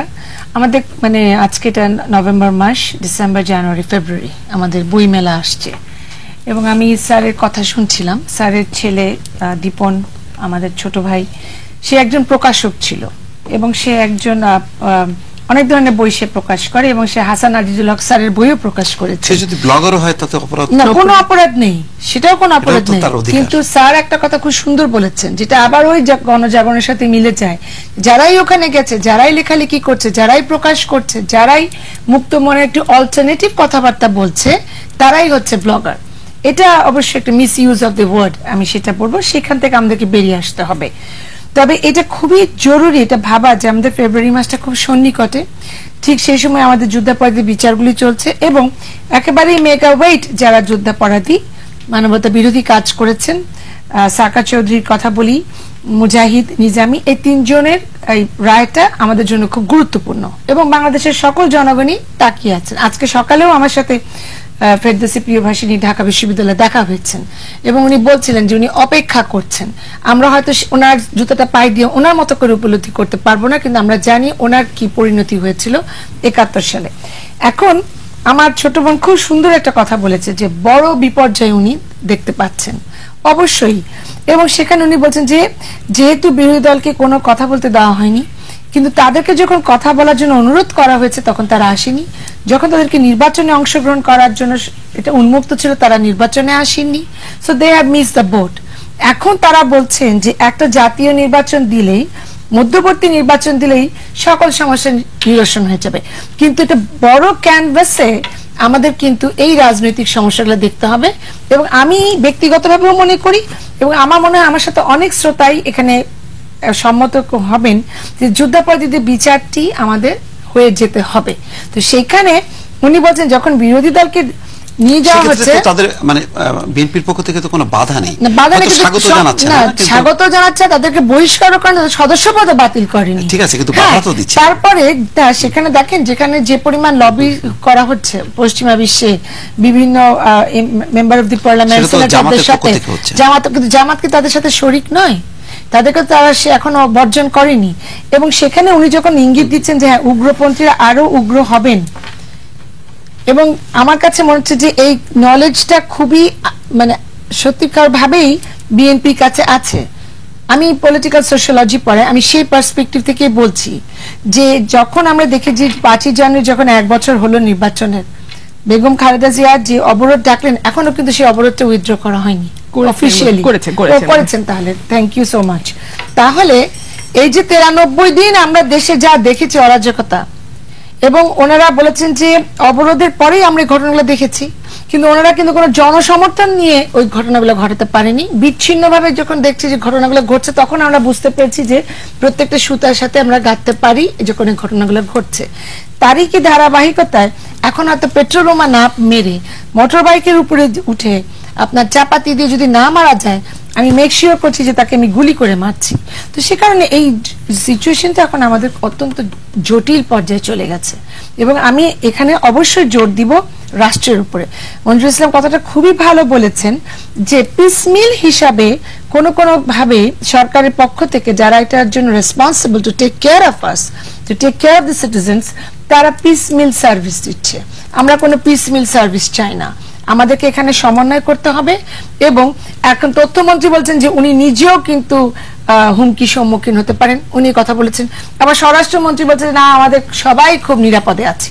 দুজনেই একই ক্যাবিনেটে বসে কন্ট্রাডিক্টরি কমেন্টস দিচ্ছেন। শুধু জনগণ কিন্তু বিভ্রান্তির মধ্যে থাকতে চায় না, এবং যে রাজনৈতিক দলটি ক্ষমতাসীন তাদের কাছে জনগণের প্রত্যাশা ভিন্ন, কেননা মুক্তিযুদ্ধে তারা আমাদেরকে লিডারশিপ দিয়েছেন, জনগণ তাদের সাথে একত্র হয়ে আমরা যুদ্ধ করেছি। সেই কারণে সক্ষমতা বাড়াতে হবে, প্রশিক্ষণ বাড়াতে হবে। এই যে ছোট ছোট যে পুলিশ অফিসার মানে কনস্টেবল, আমরা তো এই প্রশাসনিক পদক্ষেপগুলো জানি, সেগুলো রাজনৈতিক পক্ষটা আর আমরা তাহলে কি ছেড়ে দেব? না, রাজনৈতিক পক্ষ আমরা ছাড়বো না, কিন্তু এখানে একটা কথা যে হ্যাঁ জুনায়েদ সাকি সে তার দলে রিপ্রেজেন্ট করছে, কিন্তু আমাদের এখানে আরেকটু দুর্ভাগ্য হয়ে গেছে, সেটা হচ্ছে যে আমাদের যে লেফট যে পলিটিক্যাল পার্টিস গুলো আছে তারা হয় ক্ষমতার কাছে বিক্রি হয়ে গেছে, নাহলে অর্থের কাছে বিক্রি হয়ে গেছে। ফলে সেখানে তাদেরকে আবার আদর্শিক অবস্থানে সেখানে তারা কনভিন্স কিছু হয়তো আছে, কনভিন্স করার মতো জায়গাটা আছে, প্ল্যাটফর্মে আসার মতো জায়গাটা কিন্তু সেটা তৈরি করতে হবে। আমরা একটু শেষে করে বুঝলাম না সাদেক আবার শেষ কথাটা মানে ঠিক আমার মনে হয় লেফট কাল লেফট মানে আমি তোমাকে বুঝাই না। আমি শুধু একটা কথা বলবো যে যুদ্ধাপরাধীদের বিচার চলছে, এবং যারা আক্রান্ত মানে বিচারের সম্মুখীন হচ্ছে তাদের পক্ষ থেকে এই বিচার বানচাল করা থেকে শুরু করে নানান ধরনের এমনকি অন্তর্ঘাত তৈরি, এগুলোরও চেষ্টা থাকবে। এবং রাষ্ট্রের দায়িত্ব কিন্তু নাগরিকদেরকে সেই ধরনের অন্তর্ঘাত এবং এইসব থেকে রক্ষা করা উচিত। এটা একমত। আমরা যুদ্ধাপরাধীদের বিচার করছি, এর ফলো আপ কি হতে পারে সেটা আমাদের আগাম অনুমান থাকবে না, এবং সেটা থেকে নাগরিকদের রক্ষা করার রাষ্ট্রের দায়িত্ব না, সেই দায়িত্ব। আমি শুধু অনুরোধ করবো আওয়ামী লীগের যুদ্ধাপরাধীদের বিচারের বিশ্বাসযোগ্যতা নিয়ে যাতে প্রশ্ন না ওঠে, কেননা যদি এই সমস্ত ইস্যুগুলোকে কেবল তার ক্ষমতা প্রলং করার জন্য তারা যুক্তি হিসাবে ব্যবহার করেন, এটা আওয়ামী লীগ জনগণের কাছে কিন্তু খুব বিশ্বাসযোগ্যতা রাখতে পারবে না। আরেকটা শুধু একটা কথা বলি যে আমার কাছে, আমি থিওরিটিক্যালি যা বুঝি, বুদ্ধির দায় আছে তো একটা মানুষের কাছে, সেটা বলতে হয়, সেটাই বলবো। সার্বভৌমত্ব রক্ষা হতে হলেও গণতন্ত্র দরকার, কারণ সেটাই জনগণকে ঐক্যবদ্ধ করতে পারে। এমনকি অসাম্প্রদায়িকতা মানে হচ্ছে প্রত্যেক নাগরিক রাষ্ট্রের কাছে নাগরিক হিসাবে, তিনি যে ধর্মেরই হোক, যে বর্ণের হোক, যে জাতির হোক, এই জায়গাগুলো গণতন্ত্র বাদ দিয়ে মুক্তিযুদ্ধের চেতনা টিকবে। এমনকি শত্রুপক্ষ যদি ক্ষমতায় কোনো কারণে নিয়েও নেয়, গণতন্ত্র দিয়ে সেটা আমরা মোকাবেলা করতে পারবো, কিন্তু এর অন্যথা আমার জানা নাই, সে কারণে বারবার এই কথাটাই বলবো আর কি। ধন্যবাদ। এক মিনিট সময় আছে, আমি একেবারে ছোট করে বলবো যে আইএস এর দাবির কথা বলেছেন আপনি, আইএস এর দাবিটি ভুয়া প্রমাণিত হয়েছে। আইএস নিজস্ব ওয়েবসাইটে এখন পর্যন্ত দাবি করে নাই। আইএস এর নাম দিয়ে যে সাইট ইন্টেলিজেন্স করেছে এটা প্রমাণিত হয়েছে যে এটা প্রকৃত সত্য না। এবং আইএস যে বাংলাদেশে আছে এটির তথ্য আমি নিশ্চিত করে আপার যে বর্ণনা থেকে আমি মোটামুটি নিশ্চিত, আমাদের নিশ্চিত হবার কারণ উনি যেভাবে ব্যাখ্যা করেছেন এই তথ্যগুলো, আবার আমাদের পশ্চিমা বিশ্ব আমাদেরকে যেভাবে প্রেসক্রিপশন দিচ্ছে যে তোমাদের এখানে আইএস আছে তোমরা জানো না, কিন্তু এই জায়গাটা, এবং সবচেয়ে যেটা সাদেক আপাও বললেন যে আমাদের বড় একটি শঙ্কার ব্যাপার আছে, এই শঙ্কার সতর্কবাণী পশ্চিমারা দিয়েছে, মার্কিন যুক্তরাষ্ট্র, অস্ট্রেলিয়া দিয়েছে, ফলে সেটা যে সত্যের দিকে যাচ্ছে আমরা জানি। আমি নাগরিক হিসেবে ভয়ের জায়গা হচ্ছে আইএস এর জুজু ভয় দেখিয়ে আমাদের এখানে যেন গণতন্ত্র উদ্ধারের জন্য কেউ না আসে। আমরা আজকে রাজনৈতিক দল, সেটা জুনায়েদ সাকির দলই হোক, বিএনপি হোক, আর আওয়ামী লীগ সহ অন্য যারা বাংলাদেশে বিশ্বাস করে, তারা যদি নিজের স্বার্থের জন্য আইএস কে ব্যবহার করতে যান, সেখানে কিন্তু কারো স্বার্থ রক্ষা হবে না। শেষ কথা বলবো, আমাদের এই যুদ্ধাপরাধীদের, সকলকে আমি বলছি, সকলকে বলছি, আর শেষ কথা বলবো, যুদ্ধাপরাধীদের বিচারের এই যে সহিংসতার জন্য সরকারের প্রস্তুতির পাশাপাশি রাষ্ট্রের একটি বিষয়ে জোর দিতে হবে। এই যুদ্ধাপরাধীদের অর্থের যে উৎসগুলো বাংলাদেশে আছে, এর সুবিধাভোগী সরকারি দল আছে, সরকারের বাইরে থাকা বিরোধী দল আছে। এই উৎসমুখ যতক্ষণ আমরা বন্ধ না করতে পারি, আমাদের এখানে সহিংসতার তৎপরতা বন্ধ হবে না। ধন্যবাদ দর্শক, আমাদের ধন্যবাদ জানাচ্ছি প্রথমেই ঢাকা মেডিকেল কলেজ ডিবেটিং ক্লাবের সদস্যদেরকে, যারা শিক্ষার্থী হয়েও অনেক রাত পর্যন্ত আমাদের স্টুডিওতে আছেন। ধন্যবাদ জানাচ্ছি দর্শকদের যারা এত রাত পর্যন্ত জেগে আমাদের সঙ্গে অনুষ্ঠানে আছেন। আর স্বাভাবিকভাবে আমাদের প্যানেলের অতিথি প্রফেসর সাদেকা হালিম, জুনায়েদ সাকি, মঞ্জুল ইসলাম এবং ব্যারিস্টার রুমিন ফারহানা, চারজনকে ধন্যবাদ জানাচ্ছি। দর্শক, মোটা দাগে আমাদের সেই সংকটটাই আমরা পাক খাচ্ছি। আমাদের নিরাপত্তাটা তো জোরদার করতেই হবে, নিরাপত্তা ব্যবস্থাটা যে পর্যায়ে আছে সেখান থেকে তো উন্নত করতে হবে। এই ব্যাপারে আমাদের মনে হয় প্যানেলের কোনো দ্বিমত নেই। একটি বিষয় প্যানেলের আশঙ্কা বা মতদ্বৈততা বা বর্তমান বাস্তবতা সেটা হচ্ছে বড় অঙ্কের রাজনৈতিক ঐক্য। বড় অঙ্কের রাজনৈতিক ঐক্যে আমরা যতক্ষণ না যেতে পারছি ততক্ষণ পর্যন্ত হয়তো যারা চোরাগুপ্তা হামলা, আমাদের বা সাম্প্রদায়িক গোষ্ঠীর যে তৎপরতা, সেই তৎপরতার বিরুদ্ধে সত্যিকার অর্থে আমরা জনমত গড়ে তুলতে পারবো না। এটি সম্ভবত একটি নিশ্চিত বিষয়। সুতরাং আমরা আবারও অপেক্ষায় থাকলাম শুভ রাজনীতিবিদদের শুভ বুদ্ধির উদয় হোক, সেই প্রত্যাশা নিয়ে শেষ করছি। ভালো থাকুন, সুস্থ থাকুন সবাই।